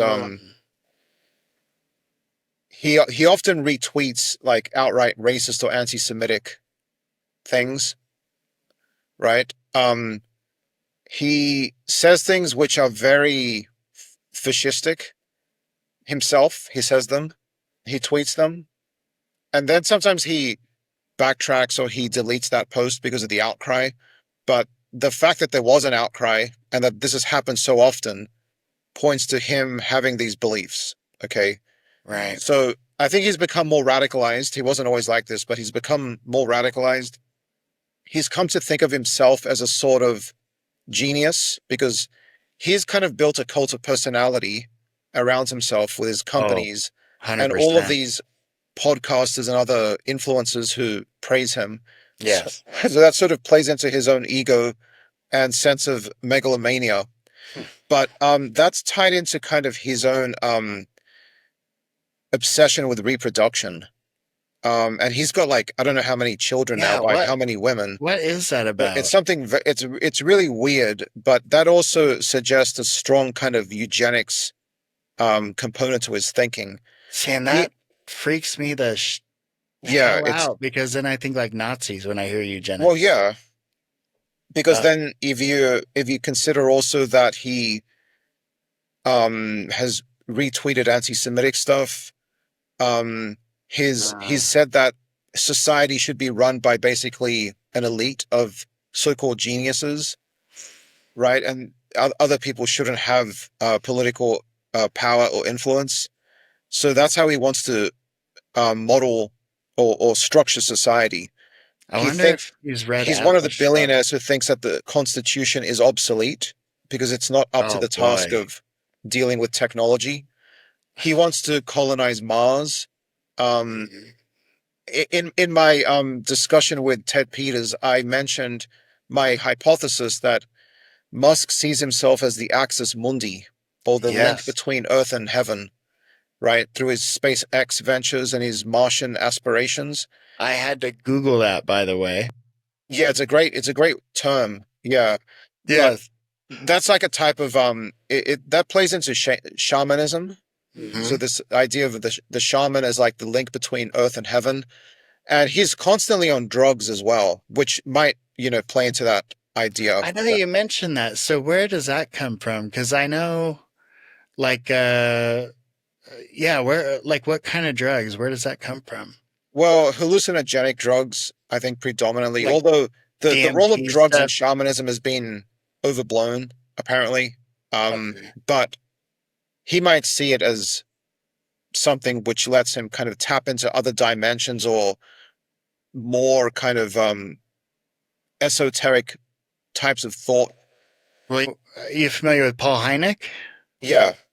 So I talked to some people that were at Contact in the desert, and they said he was high on DMT the entire weekend. Entire weekend. Well, Musk is high on. I didn't even know that was legal. I don't know what DMT is. I don't know how you get it. Like, I thought it was something that was illegal. What is it? Is it just, you could just buy it over the counter? I don't think so. I'm not familiar with how you can purchase it, but Joe Rogan talks about it a lot. All the time. Yeah. So, I mean, the ketamine thing is kind of problematic on its own, for its own sake, because you shouldn't be running. How do you know you shouldn't be slashing government agencies when you're on drug. Has he said that he does ketamine? Oh yeah, he says that he dabbled in it, but I think he's probably addicted to it. Oh my God. And well, I know there's the antidepressant ketamine treatment, right? But that's different than just recreational ketamine use. Yeah, I think he's mentioned that he uses it to take the edge off or something like that. But I mean, he's just so weird. Like, his facial expressions and things are just so odd, and his behavior is very bizarre. Like, he's wearing that cheese hat with the chainsaw and stuff like that. Yeah. That's like not how you run the government. Right. Well, and the Trump war he had for 2 days, it blew up X, and then he 2 days later apologizes to Trump and bows the knee. That's fascinating. So obviously not a fan of Elon. No, and I think that he's also he deserves credit though for making electric cars popular or more popular. So, and SpaceX. I mean, I think SpaceX, I'll be honest, the first time, just from a human perspective, the first time I saw one of those rockets re-enter and land, I was just awestruck. Just like, wow, this is next level. Like, this is what we should have done. It looks impressive, but there are many space engineers and experts have criticized the SpaceX mission architecture as very inefficient. Because, really? Like, they're talking about going back to the moon, but it will take a lot more rockets than it took NASA in the 1960s to do that. And so there's problems there with, is this the right architecture to use, or is it just like a kind of showmanship, or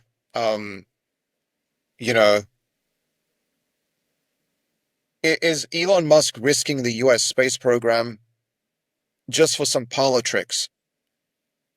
Is the question. He's got enough money to do something like that. So, yeah. I mean, what do you mean specifically? Well, you know how the rockets come back down, right? They land. I mean, that looks very impressive, but when you work out the economics of it, it's not actually that much of a advantage, because it's to do with like the refurbishment of the rockets and the turnover time, etc. It's nowhere near as advantageous as he makes it out to be. But people are so taken in by the spectacle of it. That's their whole thing. And it's not actually new tech. I mean, NASA had its own, I forget what it's called, but it was it was like a single stage to orbit vehicle. Mm-hmm. They were testing that in the 1990s. So those ideas were already around, but people always get the impression that just because Musk does something, that it's the first time that it's been thought of. Right. Well, he didn't invent the Tesla car. Right. Right. He just bought it pretty much. Right. I mean, And the or Hyperloop as invested well. and then, yeah. The Hyperloop is never going to get done because I think even Musk has distanced himself from that. Which one is the Hyperloop? Do you remember, like, he had this, well, I say he had this, but it wasn't really his idea because there were like science magazines in the 1960s that had this idea of like a vacuum tube that you would, a train, you could run like, drive the train through it. With Underground. passengers. It's like a huge kind of tube.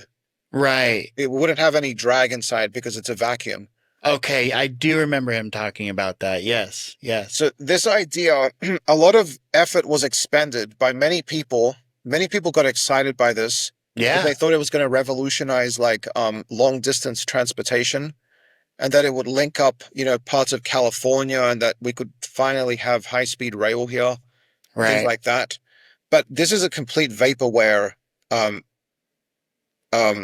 enterprise because there are so many safety issues with a vacuum tube that even if there's like a slight influx of gas into the chamber, it could cause a catastrophic failure. And oh God, there's also, like, speaking of catastrophic failures, the rocket ship that he wants to use for passenger transportation, that's also never going to get done. You can't get the noise, like the permits for the zoning, because like there's too much noise. So where are you going to land those rockets, first of all? Do you remember Concorde, the supersonic airliner? Oh, yeah. That was limited later on in its lifetime to just a few, what do you call them, air corridors, to avoid like flying over residential areas because that could shatter windows and things. Wow. Because of the supersonic boom. Right. Now imagine a rocket, right? It's re-entering the atmosphere. And where are you going to land it? Then you have to make sure everybody, like when you depart, it has to be far enough away from a place that it's safe, right? That it doesn't make much noise. And when you add up all of these costs, it's just not worth it in the end. Right. And even one failure of that rocket would be just like a public relations disaster. Oh God, yeah. All the people, it'd be a nightmare. Yeah. What do you think of this defense official that slipped up and said he was talking to an army soldier on the moon the other day? Have, as young Americans across the country, get to see all of the amazing things that the Army has done, whether it's helping with floods in North Carolina or wildfires in California, or we talked to an astronaut yesterday who's on the moon, who's a soldier. We talked to an astronaut yesterday who's on the moon, who's a soldier. Oh, I didn't hear about that. Yeah. He's on Fox News because it was the Army's birthday and promoting how wonderful the Army is. And he said, in fact, just the other day, I was on the phone having a conversation with a soldier on the moon. I don't know. I'd have to see the clip. I'll find it for you. But that's literally what he says. I mean, wow. Yeah, pretty much verbatim what he said. And so, and then he kept talking and acted like it. And the interviewer never said anything about it, but it was really interesting. It was like almost like a slip up. Yeah. So very interesting. Like, what if could there be soldiers on the moon, first of all, that we don't know about? Well, no, because the other countries have got lunar orbiters. Right. Like, wouldn't they be seen, right? Even if you put the base with the soldiers on the far side of the moon, they'd probably get detected by I mean, maybe not. Maybe they'd be in a crater or something. You can always make like some sort of story. But these things, I mean, the rockets to launch the soldiers, you'd still need those. And where were they? Like, I don't know. Well, there's that. What is it? The X-37B, the Boeing. Isn't that like a spy plane? I don't know, but I downloaded the promotional video of it, but it's a rock. I mean, it goes into space. It goes into space. So I don't know. And I think in their promotional video, it said something like 500,000 miles and like 8,000 hours or something, and something ridiculous like that of missions they've already done. And that promotional video was done in like 2018 or something.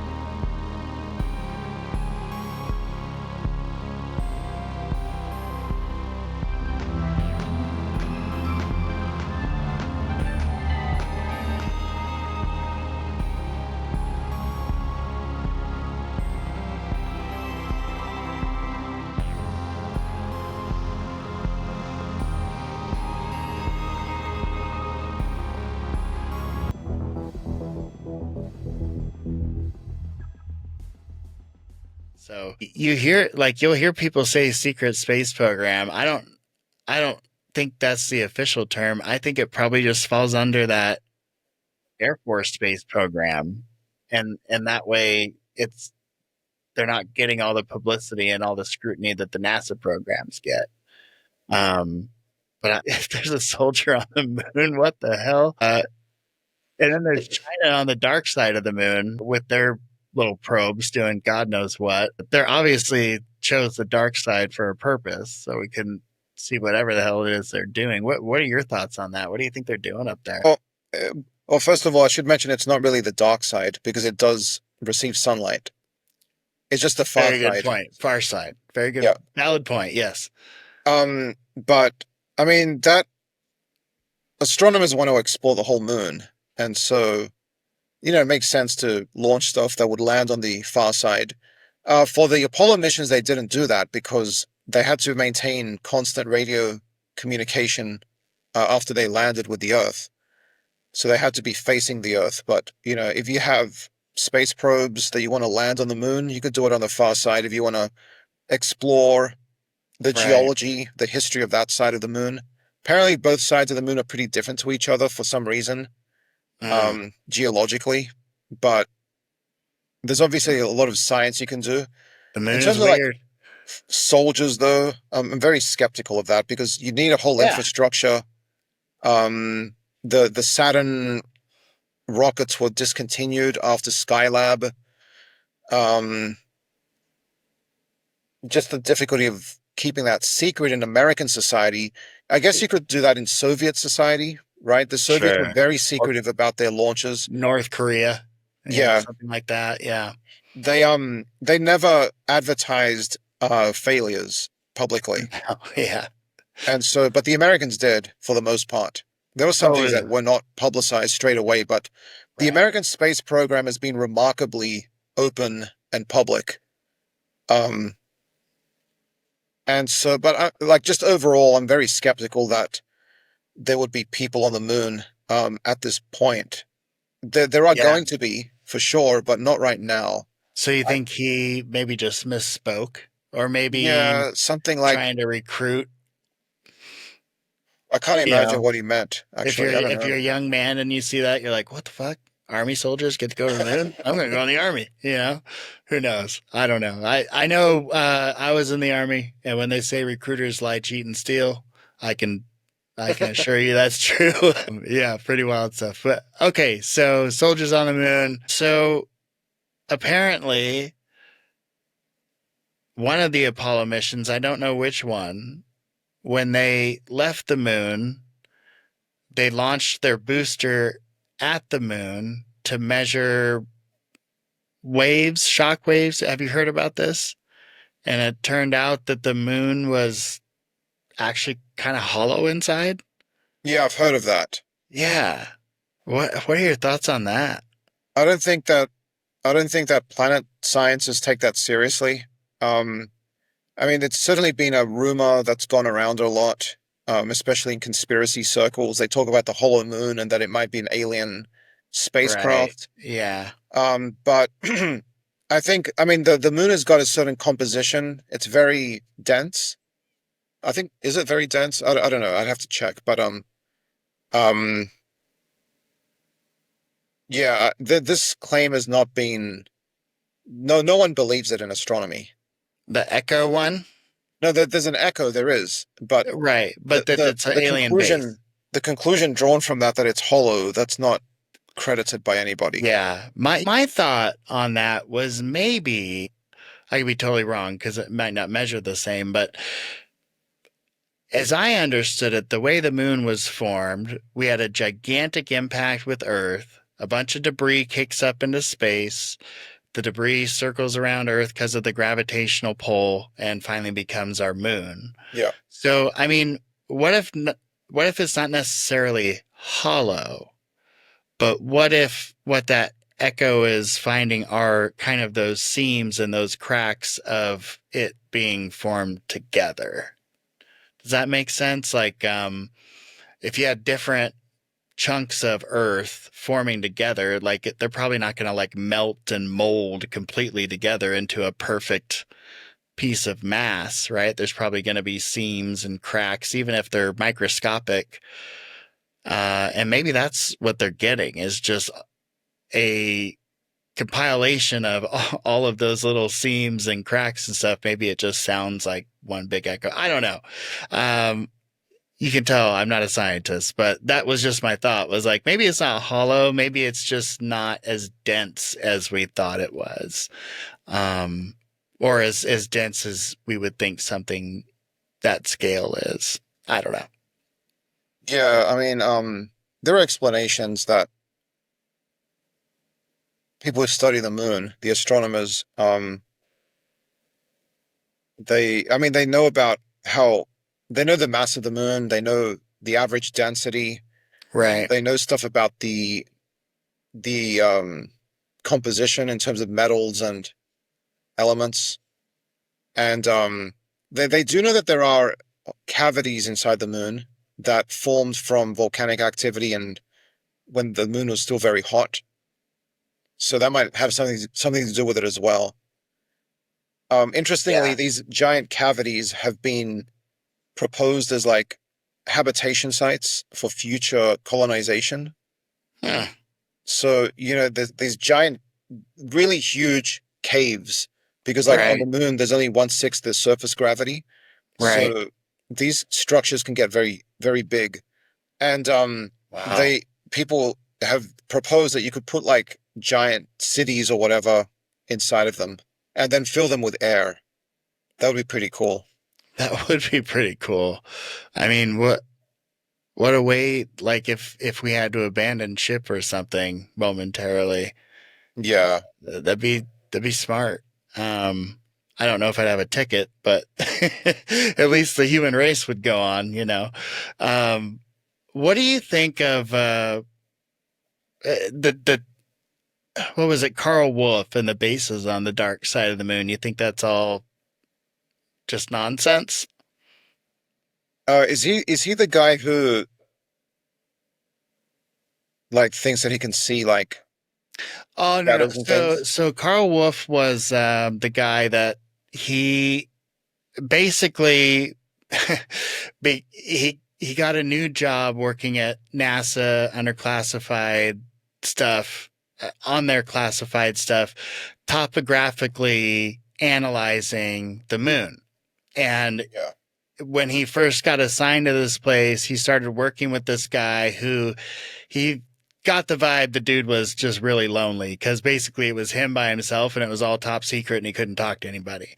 And so when he first gets there, the guy's like all excited and tells him, do you know about the base, on the backside of the moon? And he's like, the hell are you talking about? And this guy shows him like these pictures, and he said there's like these kind of mushroom looking structures. And he's like, they're definitely like structures like that were built. And then he was looking at a couple other photos, and then their CO came in. And so the guy had to quickly put the stuff away. And then he's like, we never talked about it again. He was like, and I was worried because like the guy was showing me shit he shouldn't have been showing me. He was like, and I was wondering if I should report it, but he didn't.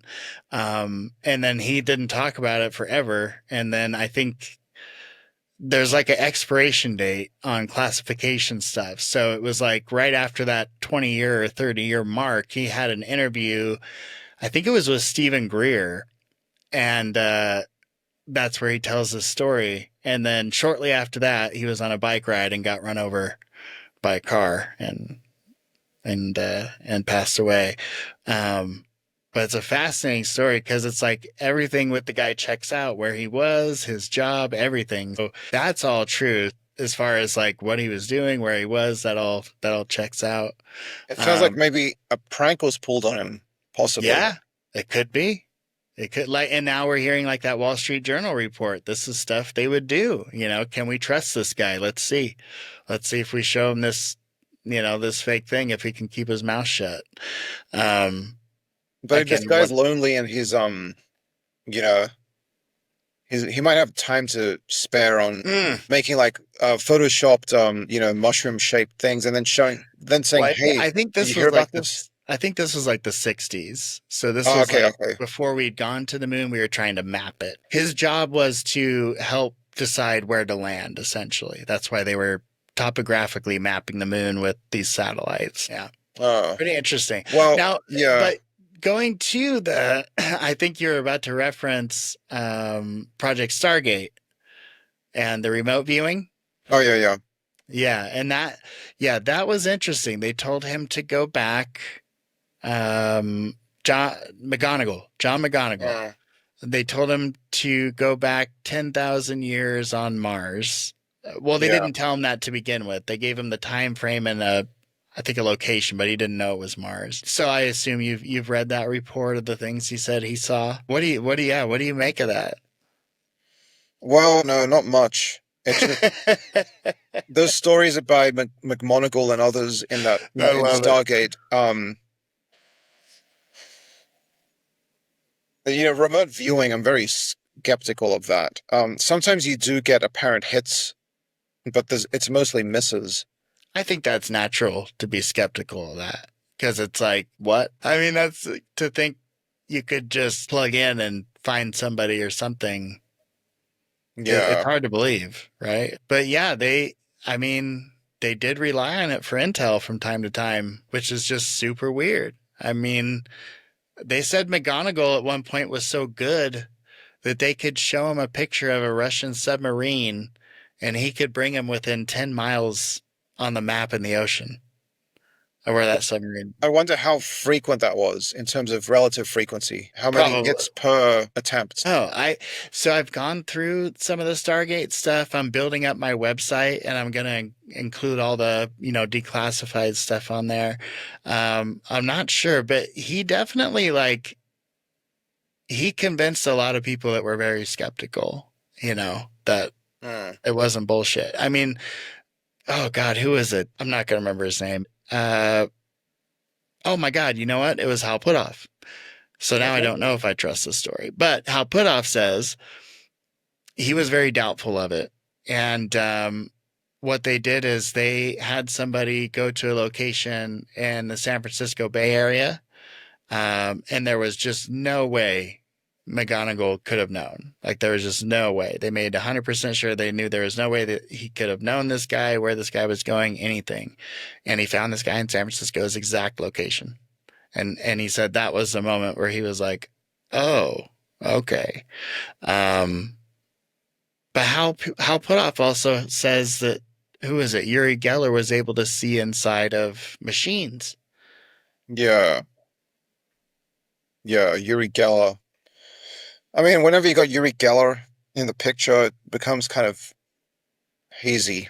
What do you think of him? Well, I don't think he's got psychic powers at all. Okay.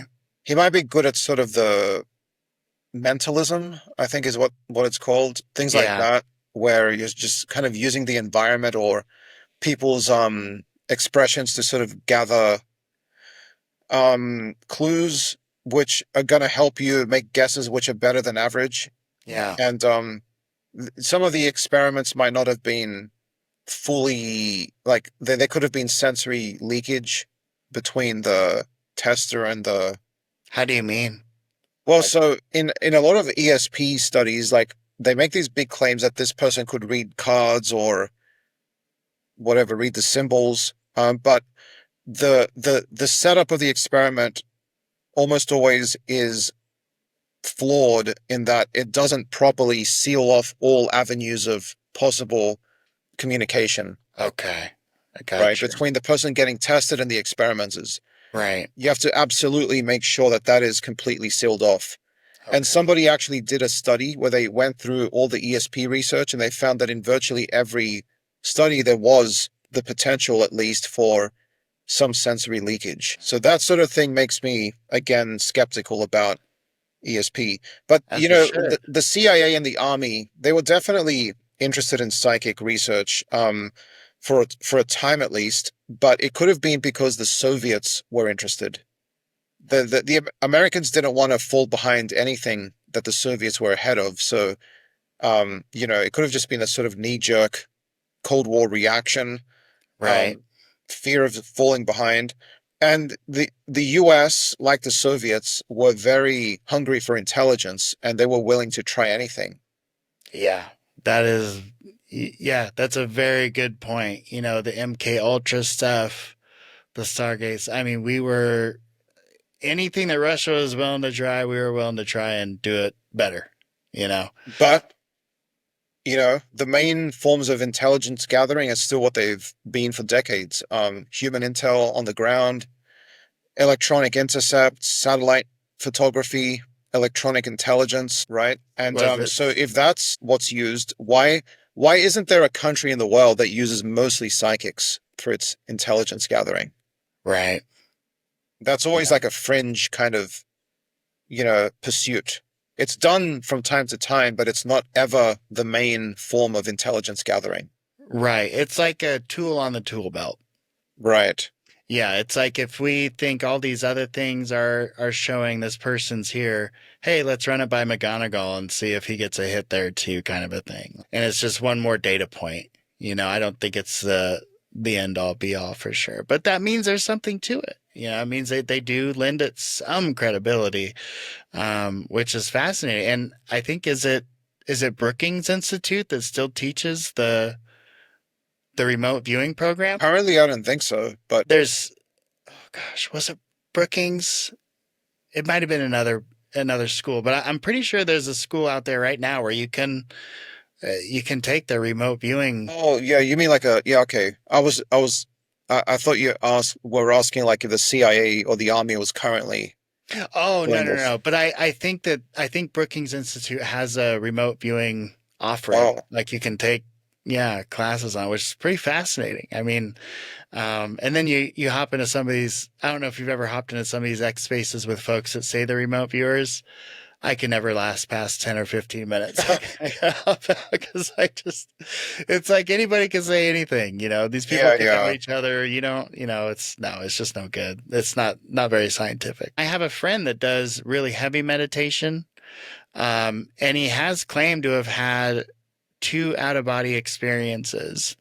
And he said the thing about it was once his conscious mind realized he was having that out-of-body experience, he immediately snapped right back to where he was. But he said in both of those experiences, he was in another room that had a door, but he couldn't he would always snap back before he could get to the door to open the door. I thought that was really interesting. Sounds a little bit like dream logic, though, because in dreams, people often, there's like a frustration that they can't get beyond.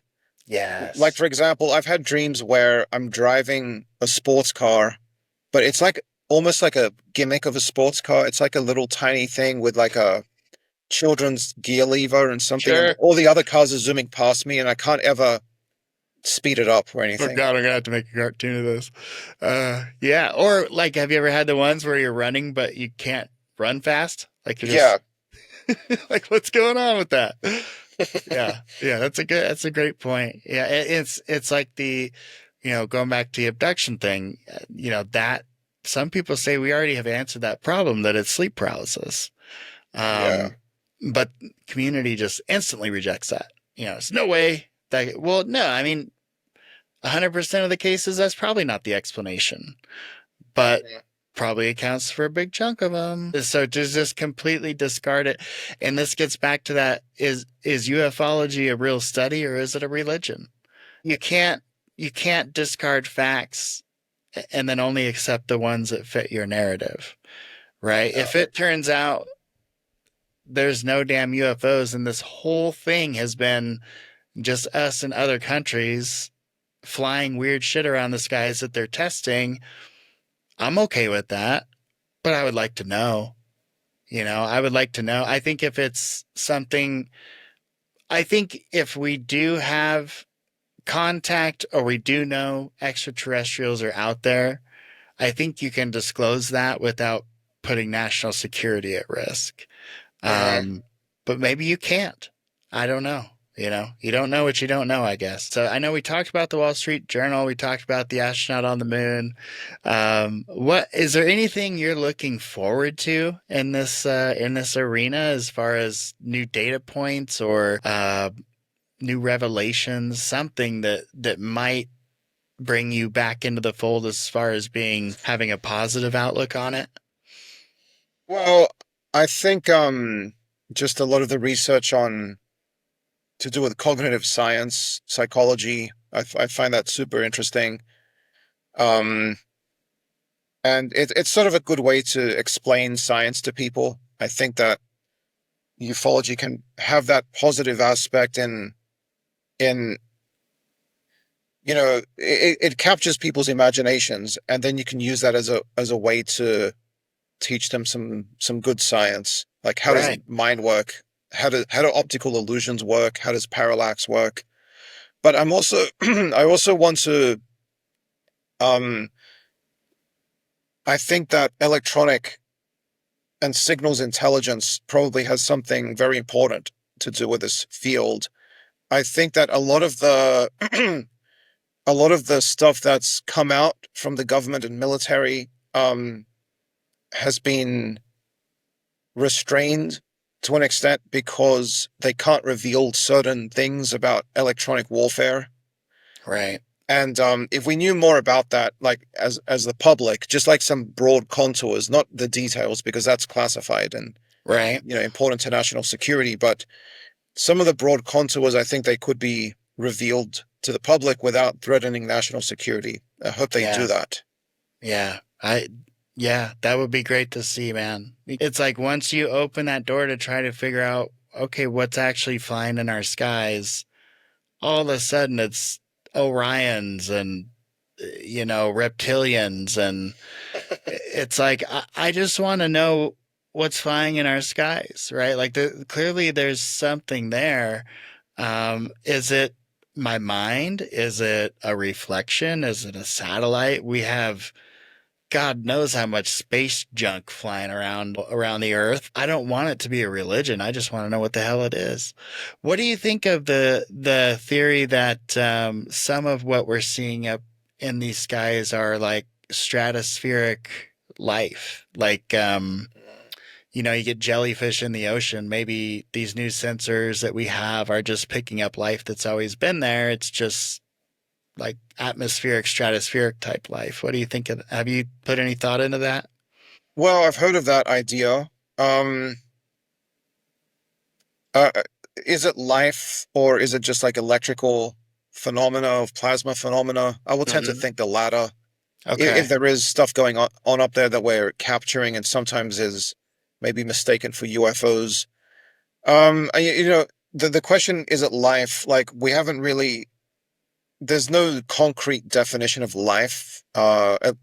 When we start to zero in on what life is, like we tend to talk about like metabolism, homeostasis, reproduction and evolution and things like that. So, but there could be something that we would call life, which is completely different. And I don't want to discount that possibility. So maybe there is this indigenous upper atmosphere life form that we haven't studied very much. That would be an amazing thing. That's certainly conceivable. But so far, I think to call it life, so like at our current theoretical stage of knowledge, is a bit premature. Okay. You think, that makes a lot of sense. It could just be some kind of plasma thing, some kind of reaction, atmospheric reaction or something we're just not familiar with yet or don't have the knowledge on. Those are great points. I know that's come up a couple times with folks I've talked about, like, what if it's just stuff we weren't able to see before? Like Graves is talking about, we never saw this stuff until we put on these new sensors, and then we put on these new sensors and they were everywhere. Okay, a lot of people equate no evidence of aliens with cover up. As an educator, how do you frame uncertainty and negative results so that non-scientists don't default to conspiracy explanations? Well, emphasizing the fact that science is about trying to explain phenomena, trying to find general principles that apply to many cases, but that we don't know everything. So that's why we have science, is to discover things that we don't understand or to, explain them. Just because we don't currently understand something doesn't mean that we will never understand it. We shouldn't jump to conclusions either. We should try to understand things within the current context of knowledge, although that can change in the future. But we should always demand evidence for anyone making a claim. The onus is on them to provide the evidence. See, this is what people don't get, is that like they might ask, do you have any proof that Lazar did not work on a reverse engineering, the alien craft? But the onus is on the people making the claim that he did, right? Yes. So they have to provide positive evidence. Otherwise, we're not doing science. We're just making claims, and anything that cannot be disproven, just because it can't be disproven doesn't make it an equally valid hypothesis. Right. So I would emphasize those things. Science is both, it's kind of conservative in a way, because it asks for evidence and it's got standards. So you can't just accept any wild thing that you think of or that you want to believe. You have to try to remove the human aspect as much as possible in a study. So human perception and bias can come into play even unconsciously. So we have to be aware of that. In experimental design, we have to design experiments to try to completely eliminate the human bias. This involves like randomization and other techniques, using controls, using double-blind studies.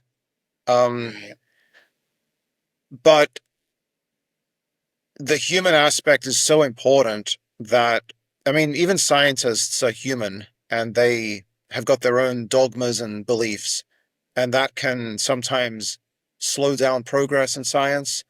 But even conceding that, it doesn't mean that just because there have been mistakes and dogmas in science, it doesn't mean that any idea is equally valid. Like all ideas are equally valid, right? Right. You still need to have some sort of coherent explanation, theoretical basis for it. You need some evidence for it. You need to have some way of conceivably testing it. So ideas which are not testable are not really scientific. They're interesting to think about. They could still be possible, but they're not ultimately scientific. What are your thoughts on? This is gonna feel like it's coming out of left field, but I promise it's not. What are your thoughts on Jack Parsons? Remind me more about him. So he was the paperclip, first generation paperclip, came over, helped design our first rocket boosters, but was heavily into like the occult, satanic worship, magic. In fact, he died during one of his magic experiments or something. It exploded. Have you looked into that guy's story at all? Not him, but I've heard of similar stories where these very smart people involved in the space program, both the American and Russian space programs, or Soviet, were kind of into the occult. And Diana Pasulka talks about that as well in her book, the first book, American Cosmic. Yeah, that is very interesting to me because some of these people literally thought that they were receiving like messages or insights from another intelligence, like it would be beamed into their heads or whatever the analogy was. And I think that ultimately is just them misconstruing their own. Okay, put it this way. In cognitive science, scientists know that a lot of processes are happening beneath the level of consciousness.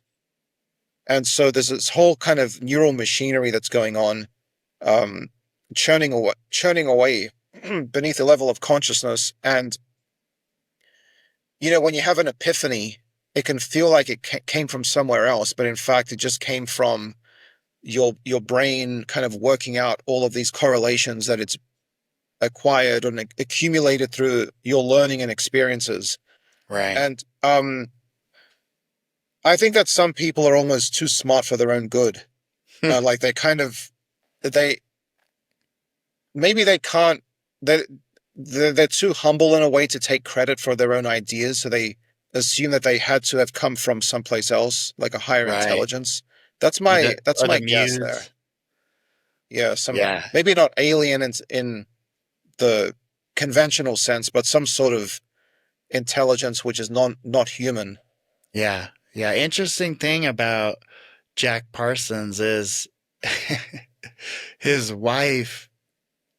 He said that he conjured his wife from hell. Conjured her from hell. She's actually from hell. Oh, I see. I have no idea. The story is completely crazy. That just sounds like a typical marital difference. It's a standard marital fight. Yeah. It's hilarious. Yeah. It's really interesting to think about the people that are part of these huge game-changing breakthrough events in history.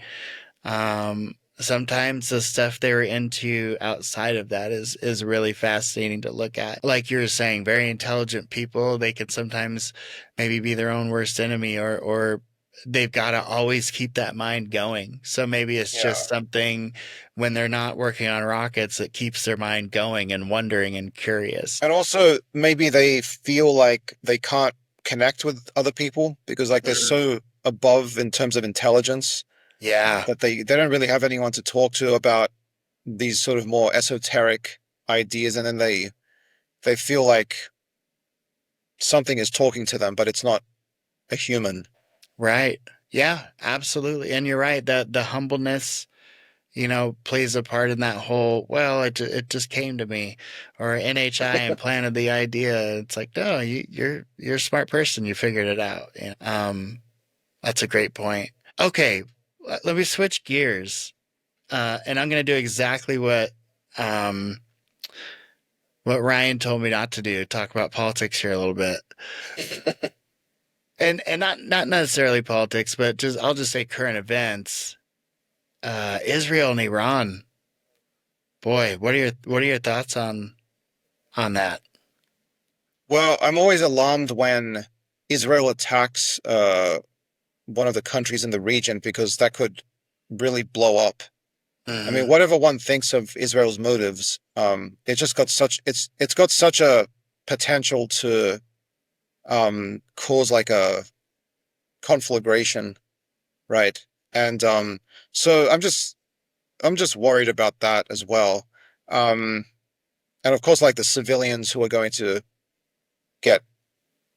be killed in, the retaliations and counter retaliations. The economic impacts as well are very concerning. So like the effects on oil prices and that sort of thing can have a very destabilizing effect. The political ramifications about American involvement, you can make a case that America should back Israel in certain things, but I don't think it should blindly just go along with Israel or anybody. I think a lot of Americans feel like that. I think, when we helped establish Israel, it was backed them 100% no matter what. But now I think that they've kind of established themselves as a pretty solid state and not to be effed with. And they don't need us getting involved in everything. We don't have to get involved in every conflict they have anymore. They're more than capable of handling it themselves. Although I have heard we are helping their anti-Iranian missile efforts. Yeah. So we're helping them. We're not necessarily helping them shoot at Iran, but we're helping them deflect missiles coming at them from Iran, which is it's a slippery slope. Biden did as well. When, there was a separate shooting back and forth episode between Israel and Iran. The U.S. Navy was helping to intercept Iranian projectiles. And so, but that raises the question, if Israel knows that America's going to shield it, then they're basically immune and they can attack anybody. And but whereas if they're not, then they're going to be a bit more restrained, right? But then also the question, should we allow Iran to have its own nuclear weapons? I don't think we should. But then how do we achieve that?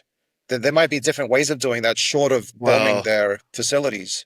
Well, they didn't bomb their facilities. You know what they did, right?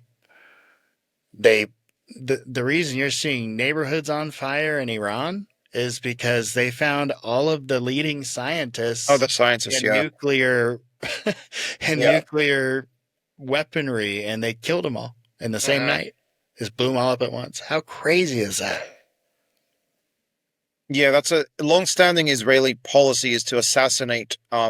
They're sitting at home with their families, eating dinner, But again, that gets into sort of a little bit what we talked about with Yankee Blue, is like, from a certain perspective, if they're thinking about protecting their own country, what is justified? That's a debate we should have. I don't think that it's justified to bomb, people and sitting with their families having dinner. But is it justified to assassinate those people with secret agents? I think you could make a case for that. What are your thoughts on when Obama was president, ordering a drone strike against a U.S. citizen? I mean, did that bother you? That bothered me too. Yeah, I don't like that. I don't like the idea of the U.S. government assassinating U.S. citizens. They should try to arrest them if they've done something wrong. Yeah, like if you killed them in a firefight or something, I would get that. But to target them in a drone strike was like, wow. I mean, it didn't seem to bother anybody majorly, but it really did not sit well with me, because I was like, I mean, I'm not a terrorist or anything, but good God, what if somebody misidentified me and I'm on vacation in Dubai or something, and then poof, I'm gone. It's crazy. It's just crazy to think about. What are your thoughts on the current kind of political climate? Because I thought I was a little worried after Trump was elected that things would just get really bad and hostile and even more divided. And it seems like it hasn't been as bad as I was worried about. What are your thoughts on this? I think it's definitely been worse than his first administration. Yeah. Because the people that he's got in the cabinet are complete I think they're morons. His first cabinet, like when he his first administration, there were some pretty decent, competent people, but these current people are just grifters and clowns and criminals, basically. There's definitely like more of a willingness by him to do outrageous things, you know, and use a type of terror, like a implication that you're going to get killed or arrested or deported if you go against him, even though a lot of it's exaggerated. Like, he can't just deport whoever he wants, but there is all that implication is sort of he's using it against people. That fear. Yeah, like fear, using fear as a tactic, right? I don't think a president should do that. And he's got so many authoritarian tendencies. Like, you can just list them from here to the moon. And this is completely unprecedented in American history. There has been authoritarian stuff that other presidents have done in the past. Sure. You know, illegal things, but this is just like a different level altogether. How do you mean? Well, like what would you say are some of your main concerns? His willingness to use language which is very kind of dangerous, divisive at the very least. Yeah. And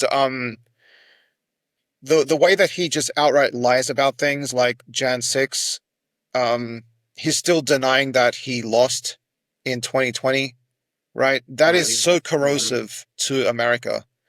You know, and there was a Republican governor of Arizona even came out in that documentary and said, look, I was willing to look at what Trump and Giuliani had.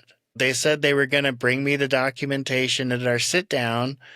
They showed up at the sit down and Giuliani said, oh, I forgot the documentation. He's like, I don't play that shit. I'm not going to get fucking hoodwinked like that. No, I need to see it before I just say, okay, let's pause things. He was like, and I'm a Republican through and through, but they didn't have anything. They literally didn't have anything. They were just throwing what they could at the wall to see what could stick, basically. Isn't Giuliani facing some charges for that? Right. Yeah, somebody's facing charges, but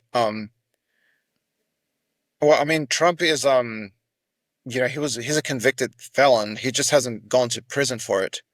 And I don't see it now. Here's where I'll disagree on that one. I mean, I technically yes, but I do feel like that was a lot to do about nothing. It was. I think that's something that if they found out I did, it would be a warning letter from the IRS, and I'd have to fix it. I don't think they'd come after me with, you know, 30 charges of. I don't know. It seemed like it was politically targeting. Or political targeting. That's what it felt like to me. And I land in the middle. I'm neutral. When I was younger, I would say I was on the left, but I feel like I didn't move. The parties moved, which puts me kind of more in the center now, I guess. And I can see relevant and completely irrelevant things on both sides. But I think that it's a crazy topic because you don't want to say anything that's going to piss anybody off, right? That's one. And the other is like, I think one thing we have to admit, at least acknowledge, is that if you look at all the presidents in the history of this country, there haven't been a lot of great ones. There's been a lot of mediocre and bad ones, but there haven't been many great ones. Few and far between. Even our second president, John Adams, used his presidency to get his son out of jail in Spain. Abraham Lincoln sold the railroads to his brother. There's this long history of presidents using that office for their own personal gain. And so to me, that's nothing shocking. This is a capitalistic country. And so, yeah, you get that big job. You're going to get a lot of money thrown at you from both directions. And when you get out, you're going to probably have a lot of money thrown at you. I mean, what did Obama do as soon as he left office? He went and partied on a private island with a billionaire. Yeah, but I mean, these networks of kind of economic elites, political elites, that's been around for a long time. Yeah, that's what I mean from that. But my point about Trump is that he does it so openly when he's president, during the presidency, Okay. right? Okay. And like with the Bitcoin scamming stuff that benefits his family, it's just there's Trump such like token or blatant, something? such blatant conflicts of interest, and he doesn't care. He Right. puts in people into regulatory agencies that are meant to be regulating industries, who themselves have said that they think that there shouldn't be any regulations. Right? Right. Didn't he put the guy that's suing the EPA in charge of the EPA his Right. first time around? Yeah, stuff like that, right? Yeah. And it's not just like one or two cases. He does it every single time. That's the Right. difference. Then there's also the way that he kind of messes with things which shouldn't be messed with. So alliances that America has, right? Like NATO. He even sometimes it's just bluster, sometimes it's you have to be more worried, but he shouldn't just be sort of throwing a grenade into the room and just for like clicks or to own the libs, right? That's not how you should run the government. Regardless of your political position, there's certain ways of doing it responsibly. You can have debates about how much investment should we have in NATO, for example, but there's proper channels through which you can do that. It shouldn't be like on just like Twitter? to get dude bro vibes or whatever. I'm with you on that. Yeah, I that was one thing. Now it's like I think it's been normalized, and so it's not so shocking. But I remember his first presidency, I was like, did he just threaten Kim Jong-un on Twitter? Like, is that did the president of the United States just threaten a foreign leader on Twitter space? Like, what the fuck is going on?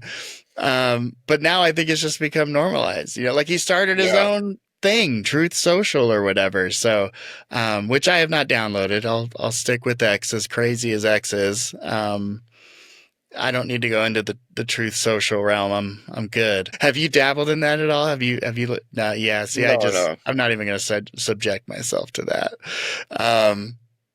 And the stuff that he was doing with Gaza when he had those AI images of him as like a golden statue in the middle of Gaza. What? Yeah. I didn't hear about this. What saying happened? that he was going to set up some sort of like resort, turn Gaza into a resort, and that there would be a statue of him. Like, that is so inappropriate, and also just a complete lack of seriousness, like on such an important topic. Right. I'm with you on that one. Like, that is not something to be joking around about what's going on over there.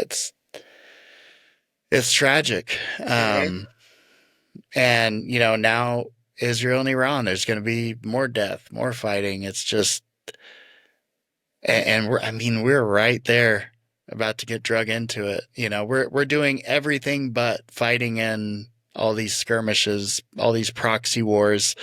That's what the Bustamante, the CIA guy I was talking about earlier, he gets into that a little bit. Like, that is the new warfare, is proxy wars. And these poor third world countries that they play out in, but that's what happens, right? Like Afghanistan, we had it in Syria. Now we're having it in Ukraine. We had it with the Houthis in, what was that, Nigeria? Rwanda. I'm sorry. These little proxy wars, right? Where the nation states pick their sides and they fight in these little skirmishes within these other countries. That way they don't have to have a big fight with each other. Well, Trump was billing himself as the peace president. He was calling Biden a warmonger because of his support for Ukraine, even though Russia attacked Ukraine. But now Trump is, saying all this crap about that Israel should, or he's going to let Netanyahu do whatever he wants, and he's going to get involved in Iran with Iran in another war. So, like, even by his own definition, and all this posturing he's doing against, I hope it's just posturing, but against Greenland, Canada, and Mexico. What is that about? What is all, like, what is going on? It's about stoking nativist, xenophobia, I think. Okay. Us against them kind of thing? Yeah. That he's always trying to claim that everybody's screwing America over. even Right. our allies. He literally criticizes democracies which are allied to America more than he criticizes Russia, which is an anti-American dictatorship. Yeah, isn't that interesting? The other thing that's interesting about Trump is before he started doing his runs for presidency, I thought he was a Democrat. Like he contributed to Hillary's campaign. I mean, like it's weird. It's almost like he was like, well, I can't win on that side, so I'll switch over and then win on this side. It's such an interesting, and the guy is hard to read, because he'll say one thing that makes you think this is his stance on something, but then do something completely the opposite. He's like, yeah, well, I changed my mind. Like, what? Well, that's the interesting thing as well, because a lot of people say that he tells it like it is, like he's a straight talker. But how is he a straight talker if he contradicts himself all the time? Right. Well, he's a talker. Yeah. I don't know if it's straight. Right. But yeah, he's a talker for sure. That's what Rogan says about him. Rogan says he thinks that he connected so well during the primary run up and the presidential run up and stuff at those events because he's basically like a stand up comedian. He's like, that guy stands up there and does material for judging policy. Oh, I agree. But this is the world we live in, buddy. Yeah. This is America. I always thought it was strange how the presidency is a popularity contest. That's all it is. It almost seems like a parliament would serve us better than a presidency. So I've held you for a few hours. Let me see. Okay. I'll wrap it up with this. Looking ahead, what upcoming questions in entomology or evolutionary biology are you most excited about? And do you foresee any crossover lessons for future debates on anomalous phenomena? So I'm interested mostly in symbiosis and applications in biocontrol of pest organisms, and some things about natural histories, so like the evolution of complexity and the evolution of sexual reproduction, actually. So that's still a debate that's going on within evolutionary biology. So all those sorts of things I'm interested in. And I hope to do computer simulations on that and some other studies as well. But there's not really much overlap with anomalous phenomena, except in some, like the way that you alluded to was thinking about like how ideas spread. Like, could there be some sort of analogy there? I think that there is. Yeah. So, and like how subcultures evolve over time, given the environment in which they're embedded. I think right. There still needs to be a lot more work on that. So maybe I'll do that. But within the UAP and UFO stuff, I'm gonna just focus mostly on, for the foreseeable future anyway, updating the document, the AAWSAP and AATIP confusion document. Mm-hmm. So we've got a lot more material to add to that. Great. And I don't know, just some stuff about the psychology of UFO sightings I think would be interesting to look at. Yeah. So projections estimate, depending on different parameters, different values for those parameters, that there could be like 9 billion people by the end of the century, or there could be 11 billion people. There's going to be a lot more pandemics, wars, and things, effects of global warming, threats to food security. So there's many ways that this could go. But, people like Elon Musk, obsessed with reproduction, they also see a racialist aspect to this. They try to kind of sneak in their own eugenics narratives as well. So we should also be careful about not playing into that. Yeah. I feel a bit naive because that's exactly what I just did, right? My mind pulled right from what I heard from Elon, right? Like, oh, we're having issues with, it's fascinating, that bias that is just there. Yeah. And I'm not even really aware of it, Okay. Wow, that's a good call on that one, because it really is like deep seated, Yes. what we pick up and what sticks with us. Interesting. Well, Louise, thank you, man. Thank you for coming on. Will you come back sometime and we can get into some more stuff? Oh yeah, for sure. Oh, dude, yeah, because I feel like the Wall Street Journal part 2 is probably going to be epic. I have this feeling that they're going to thrash Elizondo. I just have this feeling. There's just so much out there about the guy and his practices and stuff. I don't think he'll be like the focal point, but I do think they might end up pulling the curtain back and showing people what this guy's motive really is. I'm working with Ryan on that 5-phase plan deal that he was trying to roll out. I think you'll find that pretty interesting too, but just how well thought out his whole strategy was. It definitely wasn't a fly by the seat of your pants type of thing. This was a planned out strategic approach to become a multimillionaire. That's basically his goal. I just appreciate you coming by and talking about helping keep us straight, because there's just so much misinformation, disinformation, mythology, right? Like, and liars out there. And your website is really providing a great service to anybody in this field, especially if you're new in this field and getting into it. Check out Louise's website. Ufology is corrupt.com.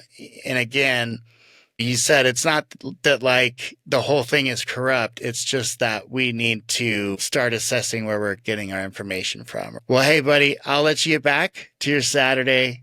Thank you so much. This has been so awesome for me and eye-opening. The way you look at things, seeing things through your eyes is just, it's awesome. So I really appreciate it. Thanks, Gabriel. I'll see you soon. I'll let you get out of here. Enjoy your Saturday. Thank you.